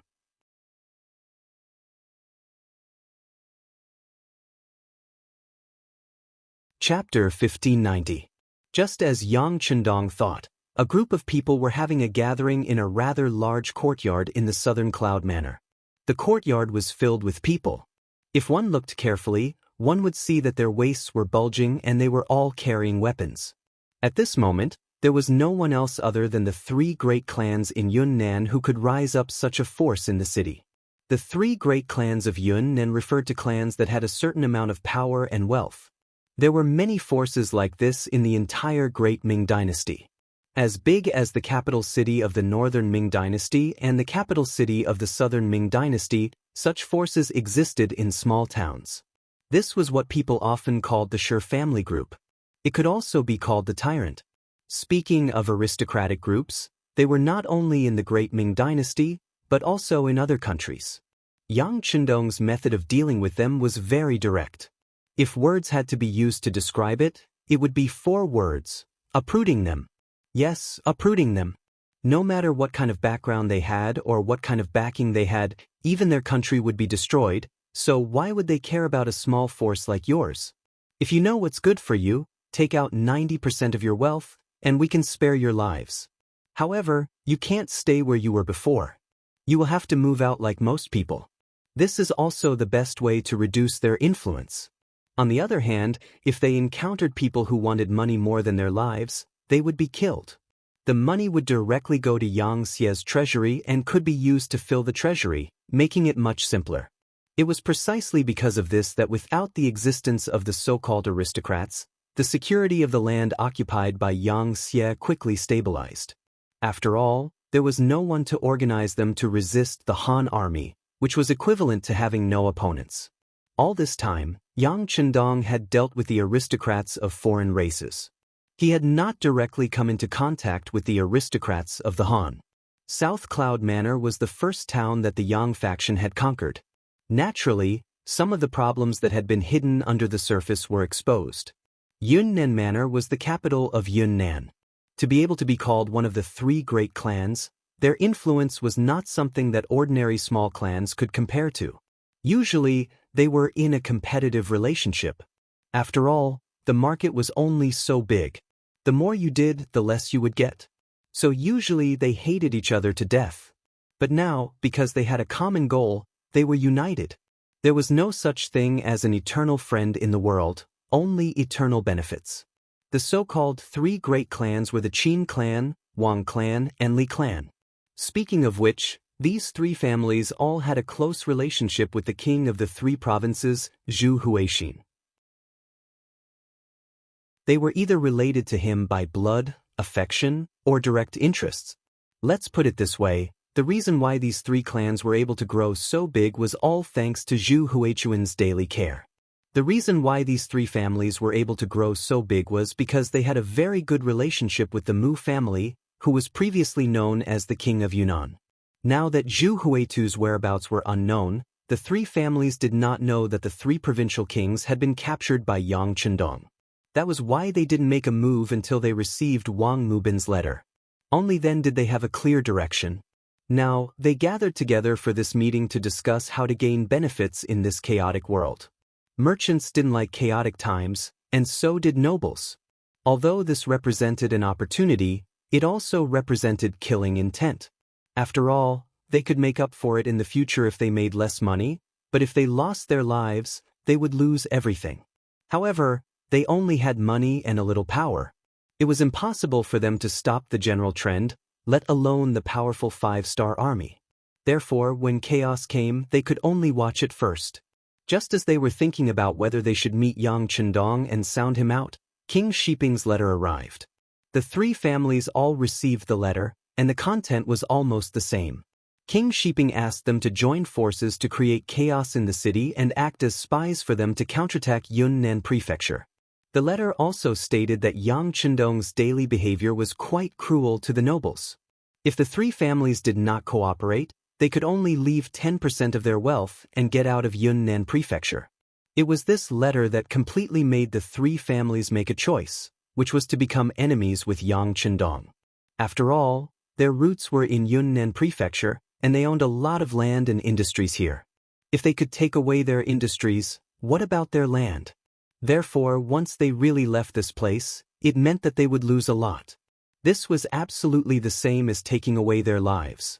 No one was willing to give up everything, take out the foundation that generations of their family had worked hard for decades or even hundreds of years.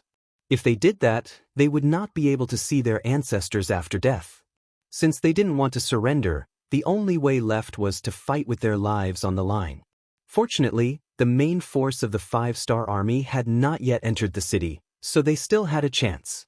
Especially with King Shiping outside the city, it seemed that they had a high chance of winning. The three families sat together. The heads of the three families, Qin Inkang, Wang Shufu, and Li Jin, sat facing each other in the innermost secret room in the courtyard. Since the three families had made a decision, the next step was to see how much strength they could contribute. Qin Inkang was the first to speak. The Qin family can organize a team of 1,000 people. The Wang family can organize a team of 800 people. The Li family can also organize a team of 800 people. Wang Shufu and Li Jin also expressed their opinions one after another. For a big family like theirs, it was not difficult to gather such a number of people with guards and some workers. Moreover, the Great Ming Dynasty did not prohibit weapons from being sold in the market. It only prohibited armor from being sold in the market, so weapons were not a problem for them. With the strength of nearly 3,000 people in hand, the three heads of the big families looked at each other with a faint expression of excitement. They knew that once this matter was completed, they would definitely be great contributors. Their achievements in the future would definitely be greater than now. If they could even capture or even kill Bugnam of Gojoseon alive, it was very likely that they would be heavily rewarded by the imperial court of the Southern Ming Dynasty. That's right, the target of the three families was Yang Chendong, which was the original king residence of the three provinces where he was now. At this time, the defense of the king residence of the three provinces could be said to be extremely weak. All the forces that could be used were sent to the city tower to guard the city. This caused the defense of the king residence to be less than 1/10 of the usual. This was the time for them to attack. Under a surprise attack, with the advantage of numbers, it was very likely that they would succeed. If that was the case, not only would the king of Shiping thank them, but the emperor of the Southern Ming Dynasty would also thank them. After all, Yang Chendong's existence was a huge threat to everyone. With the soldiers in hand, the next step was to discuss the invasion plan. Based on the three families' understanding of the Southern Cloud Prefecture, they quickly formulated an invasion route to ensure that the army would be placed outside the king residence of the three provinces without attracting any attention and launch a fatal attack. Since there was time, the three heads then went to make arrangements. For example, the distribution of weapons and raising of morale required time. Therefore, they set the time for the attack to be 4 hours later, which was before noon. Yang Chendong was completely unaware of all this. Not only did he not know, but Yang Sen also did not receive any news. Compared to the three families that had been in the Southern Cloud Prefecture for many years, Yang San's security bureau was considered an outsider. It was not difficult for them to hide some things. At this time, Yang Sen also received Yang Chendong's instructions. Then he arranged for scouts to go outside the city. Since the young master said that the king of Shiping was likely to be here, of course, he would go and find out where the king of Shiping was. Yang San was on the move, but at this time, the army of the three provinces outside the city had a bigger military operation, which was to ambush the first reinforcements of the 5-star army, which was the troops of Yao Ingjun from Guizhou province. Taking advantage of the fact that they were the closest, Yao Ingjun persuaded Jiang Wuqing to surrender and led 20,000 troops straight to Southern Cloud Prefecture. The vanguard general of this army was Jiang Wuqing. He led 5,000 cavalrymen and rushed to the front line. Since Jiang Wuqing had made the decision to surrender to the five-star army, of course, he wanted to perform well. Therefore, he gathered all the warhorses and formed a team of 5,000 cavalrymen in order to be the first reinforcements to appear outside Southern Cloud Prefecture. In this way, it would be impossible for Yang Chendong not to remember him. They were determined to perform well. The closer they were to Southern Cloud Prefecture, the faster the cavalrymen moved. Gradually, they pulled away from Yao Yingjuan's 15,000 infantrymen and appeared at the place where the Mu family set up an ambush.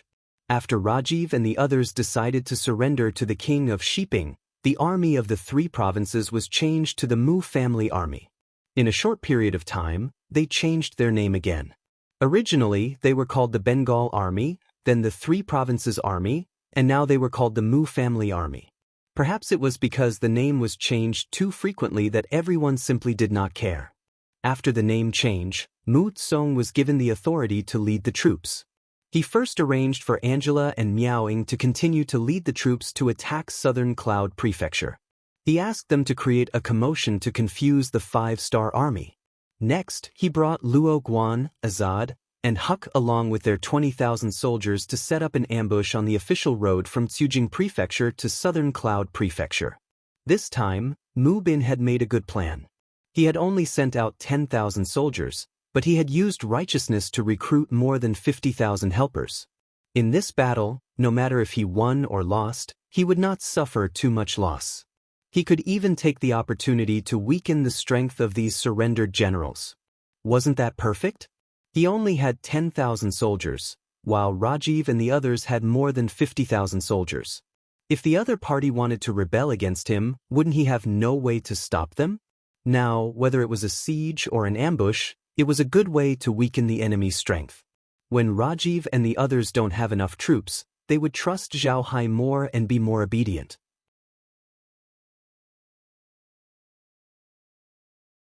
Chapter 1591.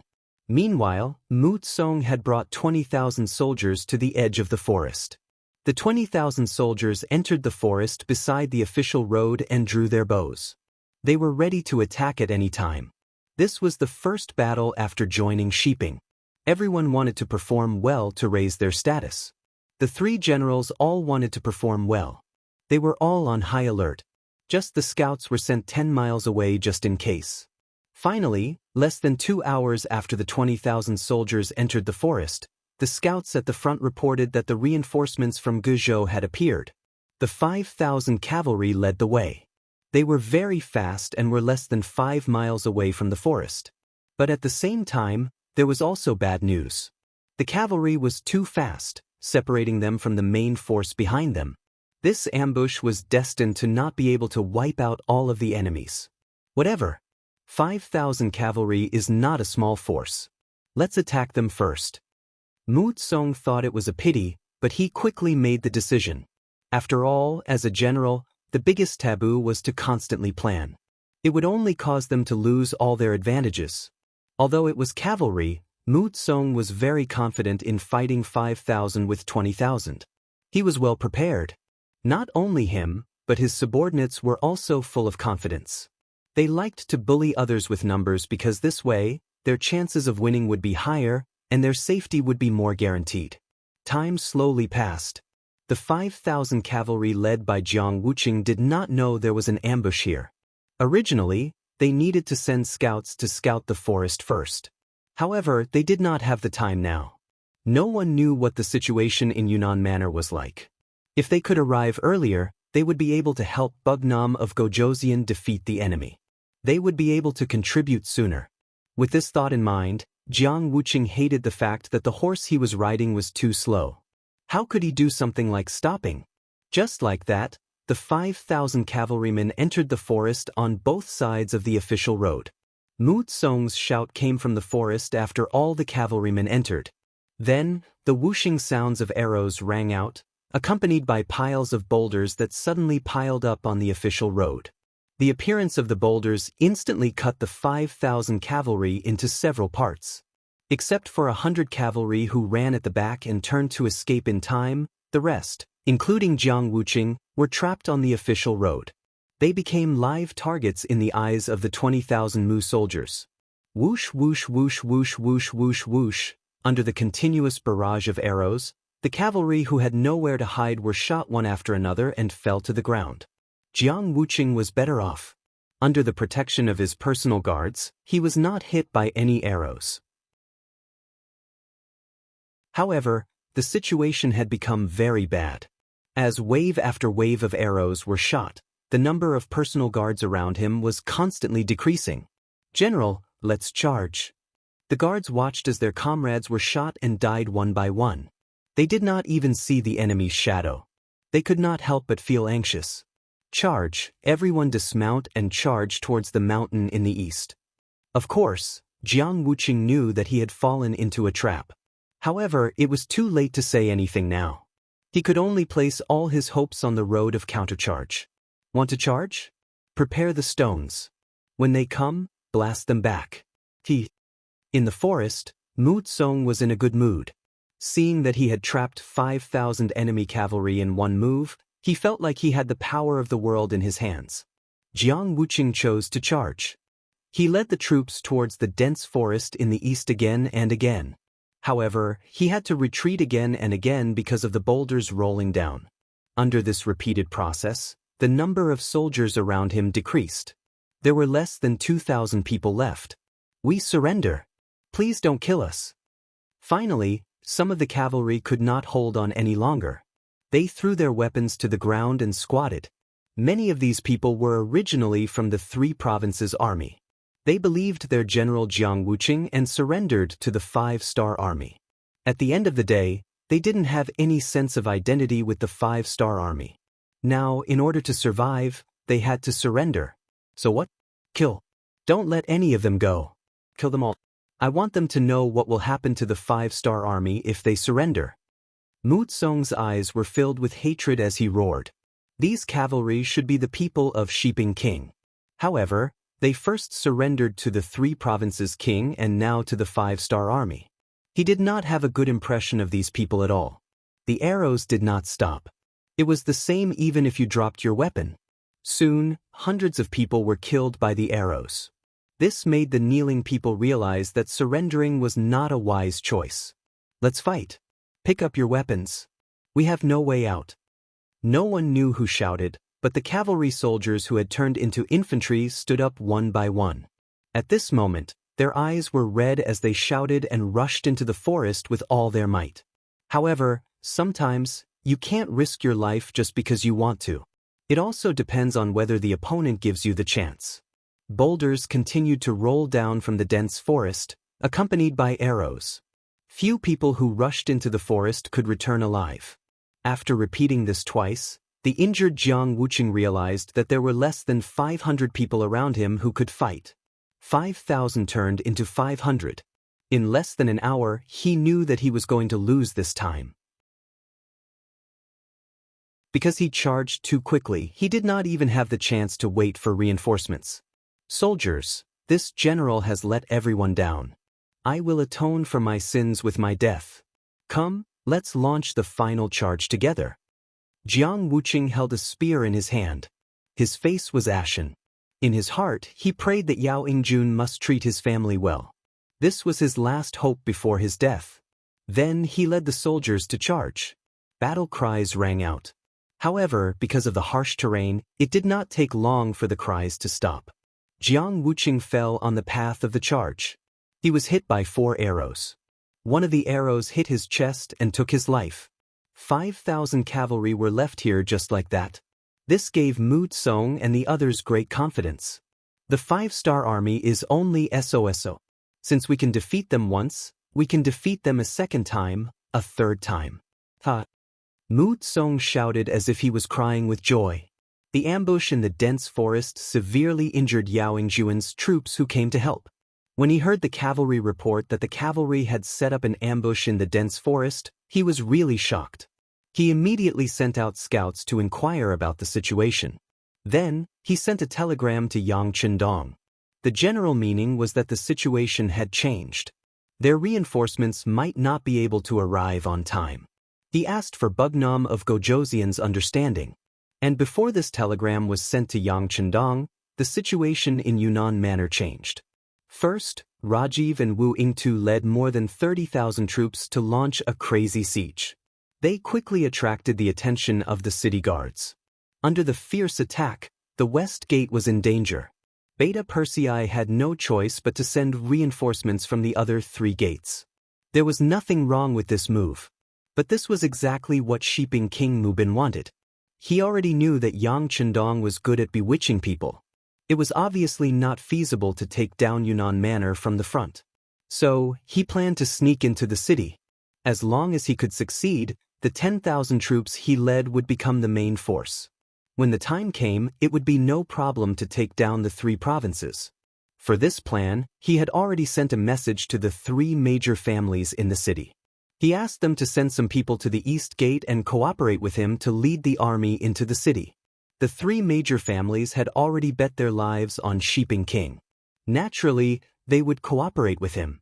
First, they sent 1,000 people to the vicinity of the prince's mansion in the 3 provinces and secretly controlled all the exits there to prevent Yang Chendong from escaping.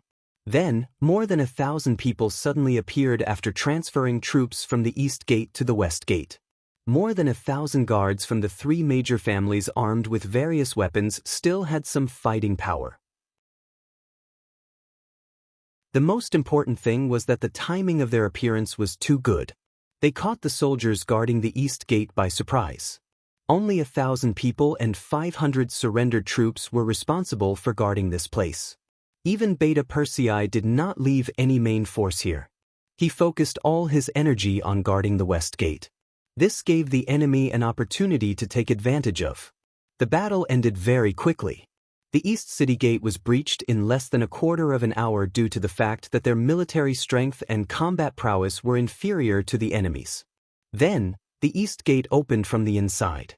The 10,000 Mu family troops outside the city suddenly appeared and jumped in. The East Gate was broken, and a large number of Mu family troops rushed into the city. However, they did not rush to the West Gate. Instead, their target was the 3 provinces' palaces in the city. When the news was passed from the defeated soldiers to the West Gate, Beta Persei was really shocked.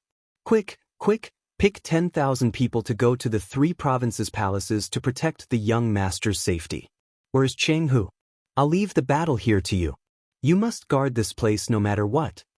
Beta Persei called Cheng Hu and ordered him while mobilizing the troops.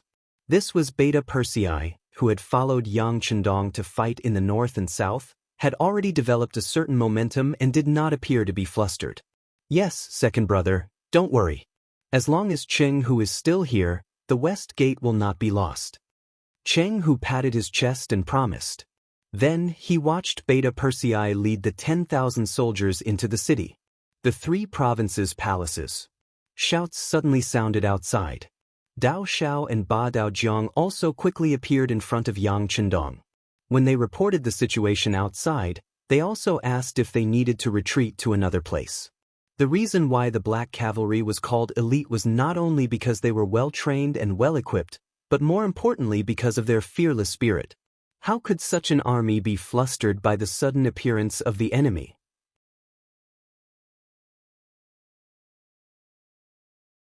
Chapter 1592. How's everyone's rest? Yang Chendong asked calmly. Although Mu Bin's move was beyond his expectations, with Dot Song in his hands, there was nothing in this world that he was afraid of. The so-called everyone was naturally referring to the Black Cavalry. They had been fighting for days and fired countless shots.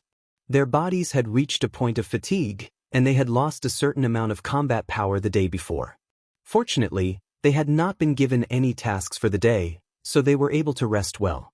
Although they had not fully recovered, they had at least recovered 70 to 80% of their combat power. It would not be a problem for them to join the battle again. Everyone has rested enough. Please give the order. 6th Young Master, Dao Xiao and Ba Dao Jiang stood at attention and said confidently, "All right, since that's the case, I'll distribute the weapons. Whether or not we can defend this place will depend on the Black Cavalry." Yang Chendong looked at Dao Xiao and Ba Dao Jiang with trust in his eyes. They had not taken a single step back when they were surrounded by Zhu Huiqiu. Now, Shiping King had come in a hurry. What was there to be afraid of? Yang Chendong believed in the 500 black cavalry under him, but he believed in himself even more. Yes. Dao Xiao and Ba Daojiang saluted again. When they left the palace, they were filled with confidence. The 3 gates of the 3 provincial palaces had already been surrounded by the 3 great families. When they couldn't figure out the situation in the manner, they didn't rashly launch an attack. Instead, they continuously poured the kerosene that they had prepared onto the courtyard walls. Then, they tossed a match into the air, and a raging fire began to burn. The poor palaces of the 3 provinces were about to experience another fire in just one day. Under the fire, the air became hot and dry. Visibility was also affected. The 3 great families took the opportunity to attack. The guards of the 3 great clans had long been prepared for this. Every one of them had a wet blanket draped over their bodies. They kicked open the door that had already lost its frame due to the fire, and loudly shouted as they charged into the courtyard.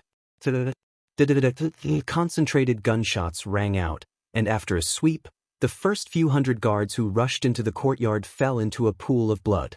When the others saw that the situation was not good, they hurriedly retreated. Ba Daojiang, who was in charge of the first line of defense, was busy reloading his Type 95 rifle as he spoke with a look of disdain. "You're delusional enough to think that you can take on our black cavalry with such little ability. You really don't know how to write the word death." They had lost nearly half of their men in a single charge. The patriarchs of the 3 great clans had ugly expressions on their faces. They finally knew why the 3 provincial kings were defeated by the 5-star army in their own territories. With such a tyrannical firearm, Zhu Huiyiu's defeat was not a loss. Just as they were lamenting, Wang Mubin of Shiping finally arrived with his troops. After understanding the basic situation, he ordered them to continue attacking without hesitation. Although doing this would result in a huge loss, Mubin had no other choice. If he couldn't quickly take down the 3 provinces' kings' palaces and capture Yang Chendong, he might be surrounded by the 5-star army. Mubin gave the order to attack, and at the same time, promised a high position and generous salary. Anyone who could capture Yang Chendong alive or find his corpse would be promoted by 3 ranks and rewarded with 10,000 taels of silver. Generous rewards would attract brave men, and there were many people who would sacrifice their lives for money. Not to mention, on the surface, they seemed to have the upper hand. At that moment, the main gate, side gate, and back gate were filled with battle cries. The less than 500 black cavalry needed to defend these 3 gates, and suddenly, the pressure on them increased. The greatest damage of firearms came from their intimidation. When no one was afraid of firearms, they needed to show their killing power. However, the black cavalry had less than 500 men, and they were facing more than 10,000 opponents. The pressure was unimaginable. "Young master, let's break out of the encirclement." Dao Xiao appeared in front of Yang Chendong for the second time, and his face was filled with anxiety. The 3 provincial kings' residences were too big, and the surrounding walls were already several miles long. It was impossible for the less than 500 black cavalry to defend this place and ensure that no one could break in. For the sake of Yang Chendong's safety, breaking out of the encirclement was the best plan. "No need." Yang Chendong rejected and waved his hand. This was the 3 provincial kings' residences, and it was no longer the courtyard that he lived in before. If this place was breached, then the people in the city would lose their backbone. If someone instigated the people, whether it was the people defending the city or the surrendered soldiers, they could be used. At that time, it was not impossible for them to turn around and attack. If that was the case, before the main force arrived, they could only retreat from Yunnan Prefecture. In this way, if they wanted to take over this place, they would have to pay a higher price. It would also give others the impression that the 5-star army was only SOSO, and that they could be defeated. That would be the real problem. If they were dealing with other foreign nations, Yang Chendong might have chosen to retreat. After all, it was not shameful to run away if you could not win. However, this was the territory of the Han people. If they retreated this time, It would be equivalent to losing the hearts of the people. If they wanted to take over this place, the price they would have to pay would be too high, and the number of people who would have to die would only increase. This was not something that Yang Chendong wanted to happen. Therefore, Yang Chendong could not retreat at this time. Dao Xiao, you can withdraw a certain amount of the defensive line, give up on the outer courtyard, and just defend the inner courtyard. As for other things, don't worry about them. Yang Chendong had already made a decision. Since the Black Cavalry was having a hard time defending, it was time for him to make a move. Although Dao Xiao still wanted to say something, since it was an order from his master, he had no reason to object. He agreed and went to arrange it. After he left, Yang Chendong's body flashed and entered the large warehouse. A row of neatly arranged firearms appeared in front of him. What should he use? If there were no Black Cavalry here, Yang Chendong could use the V-10 helicopter to kill everyone. If there were no Black Cavalry here, Yang Chendong could also use a tank with thick armor to kill the enemies. However, it was clear that there were Black Cavalry here. If he summoned these things, how would he explain it? Most importantly, the current situation was not a matter of life and death. Forget it. The image of Sylvester Stallone in The First Blood flashed across his mind. Yang Chendong chose a Type 95.5, 8mm caliber machine gun from the large warehouse. Type 95.5, 8mm caliber machine gun.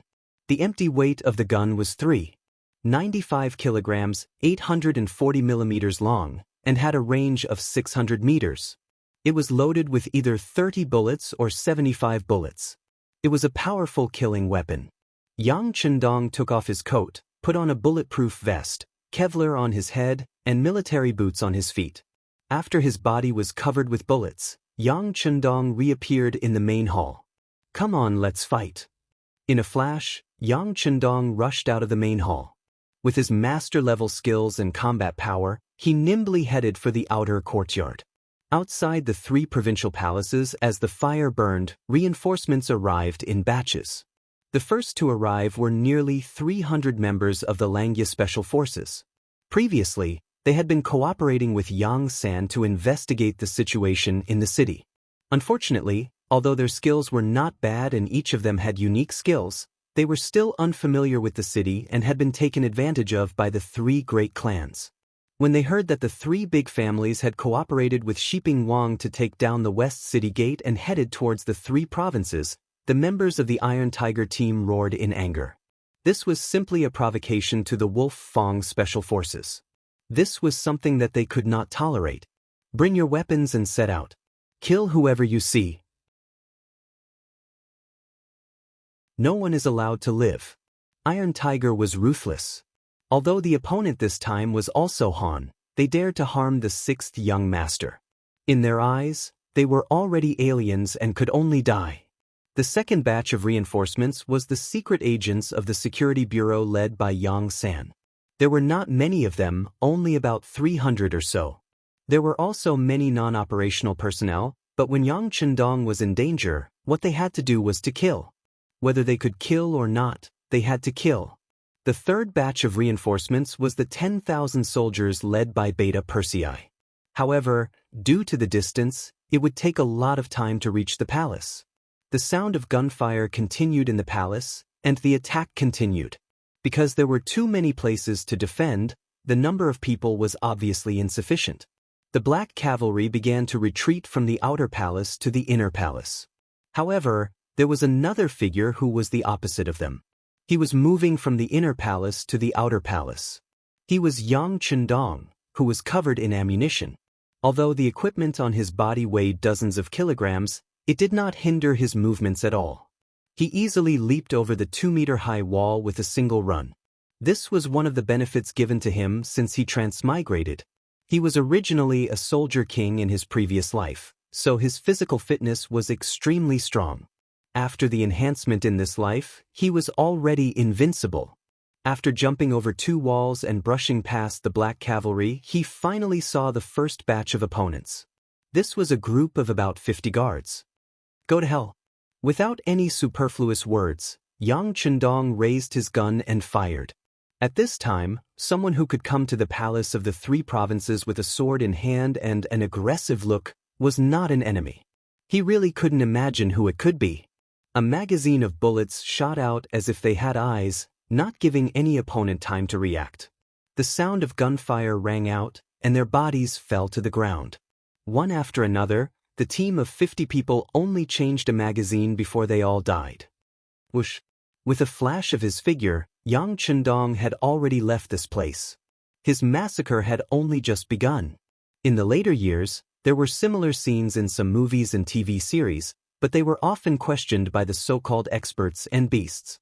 How could a person fight against 10, 100, or even 1,000 people? This was simply unscientific. However, when they saw a hero confronting a regiment or even a division in a Western movie, they often opened their mouths and praised it, saying how realistic it was.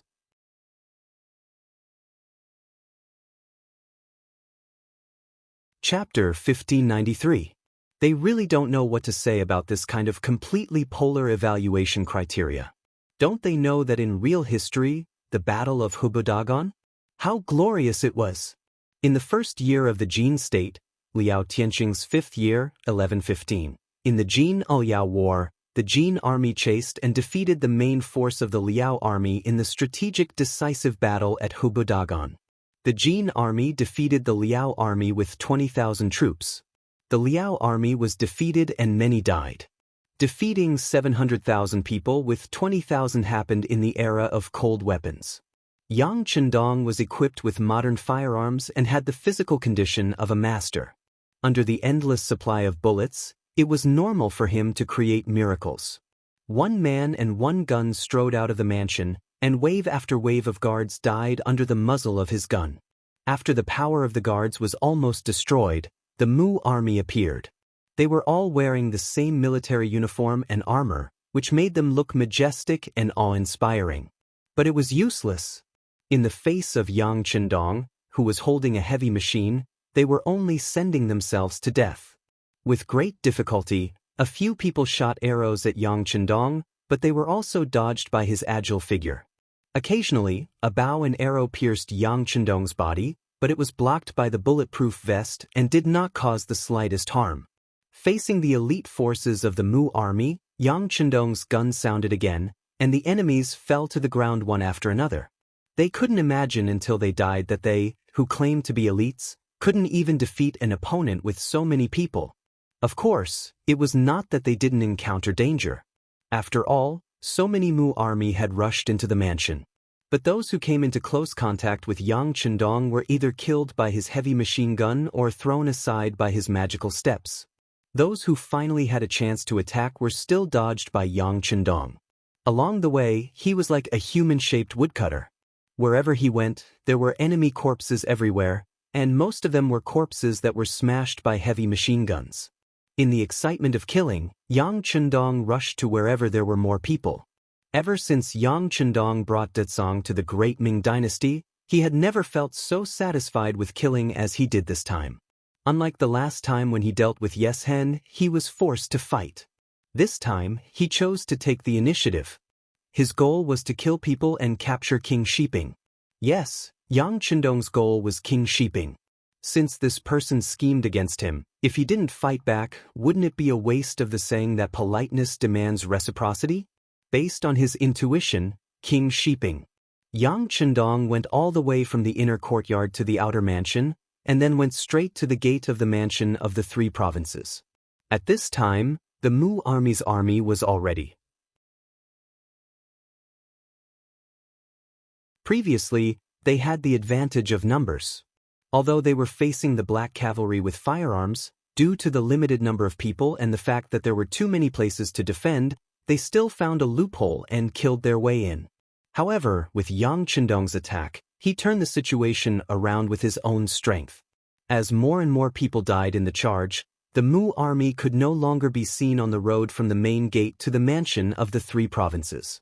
Even so, Yang Chendong was still charging out. He had a feeling that if King Shiping was outside, he must be near the main gate. After all, he was a king. He was always concerned about his reputation. It would be very embarrassing to let such a person leave through the side gate or the back gate. Therefore, Yang Chendong only had one direction to go, and that was the main gate. What's going on? Why is there no movement?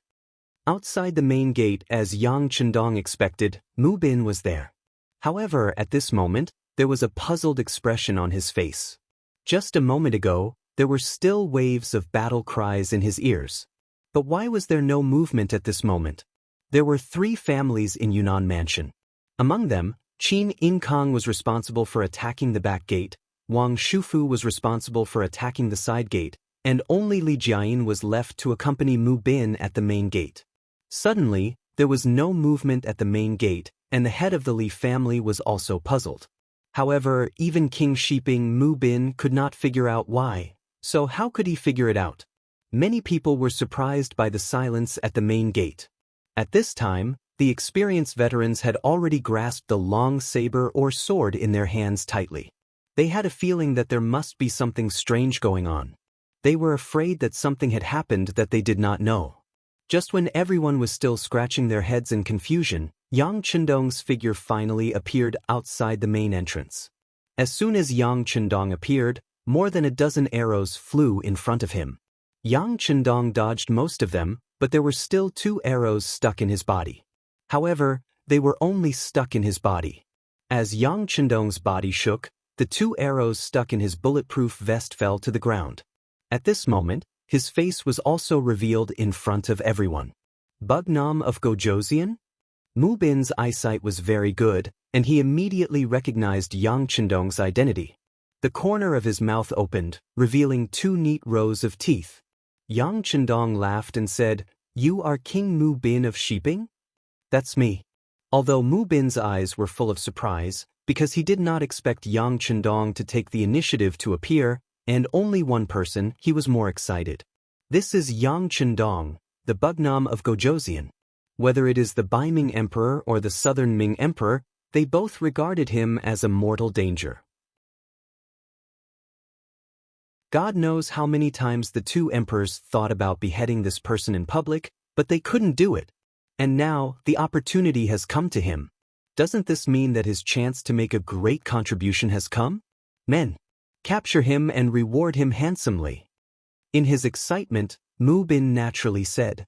In fact, without him saying anything, the soldiers around him had already jumped out and rushed toward Yang Chendong, who was standing there alone.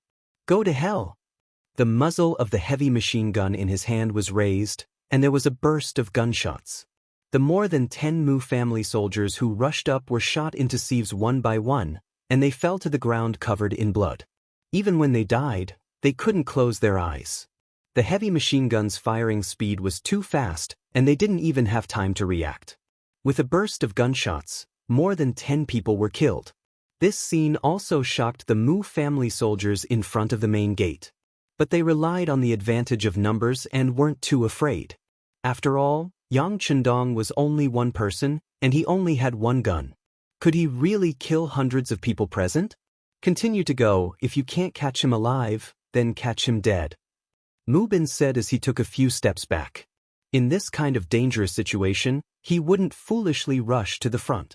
After receiving the order, the Mu family's troops on the left and right continued to rush forward. Even the dozens of guards led by Li Jiayin also rushed forward with a loud shout. But everyone knows that this is the time to make a great contribution. Even if it's a little risk of death, it seems to be worth it. Good. Yang Chendong's expression didn't change. On the contrary, his eyes lit up a little. He was worried that these people would turn around and run away. In that case, it would be difficult for him to make everyone stay with his strength alone. But if they want to rush up, that's what he wants. Tut tut tut, tut tut tut. The sound of heavy machine guns kept ringing. The rapid reloading that Yang Chendong had worked hard to practice now played a role. In less than a second, he could reload a new magazine. This gave people the feeling that his gun had an endless supply of ammunition. Wherever the muzzle of the gun was pointed at, soldiers fell one after another. In just a short 2 minutes, not only was no one able to hurt a single hair on Yang Chendong's body, but they also threw down more than 200 corpses. This result shocked everyone. Everyone used to only hear that Yang Xia's firearms were very powerful. But it was only very powerful. If they were really invincible in the world, then they would have already made a move on the great Ming dynasty. Why wait until now? In many people's view, Xianxia's firearms should also have drawbacks, and as long as they relied on the advantage of numbers, it was still possible to make up for this shortcoming. In the end, everyone would be evenly matched. But now, when they saw the power of the firearms, they realized that they were too optimistic in the past. They were too ignorant. The power of the firearms was more than several times more powerful than they imagined. Seeing that so many soldiers had died in such a short period of time, Mu Bin's expression changed greatly. He was also a person who was used to seeing life and death. Over the years, he had fought countless big and small battles, but he had never seen such a powerful person. With his own strength, he had the combat power of a powerful army. Seeing that Yang Chendong still had a lot of ammunition on him, Mu Bin felt that things were not going to go well. His instincts kicked in again. He turned around and tried to escape from this place. A gentleman would not stand under a dangerous wall. Not everyone was like Yang Chendong, who was already the king and was willing to take the lead in everything. You want to escape at this time? Stay with me. Yang Chendong had been paying attention to Mu Bin all the time. This was his main target. If he let this person escape, wouldn't his appearance this time be imperfect? A smoke grenade appeared in his left hand. He held his breath and threw the smoke grenade with his left hand. Then a second, third, and fourth smoke grenades appeared one after another. The front gate of the three provinces king, which was originally clearly visible, was soon surrounded by a cloud of smoke and dust. They could not see each other, and they could not see each other. It was especially chaotic. During this period, there were many violent coughs, which were stimulated by the smell of the smoke grenades. Yang Chendong, who had been holding his breath for a long time, was not affected at all. Instead, he turned his body again and quickly came behind Mu Bin, who was trying to escape. Then he reached out his left hand and grabbed at Mu Bin's neck. You're tuning in to the Wang Lin's Journey YouTube channel.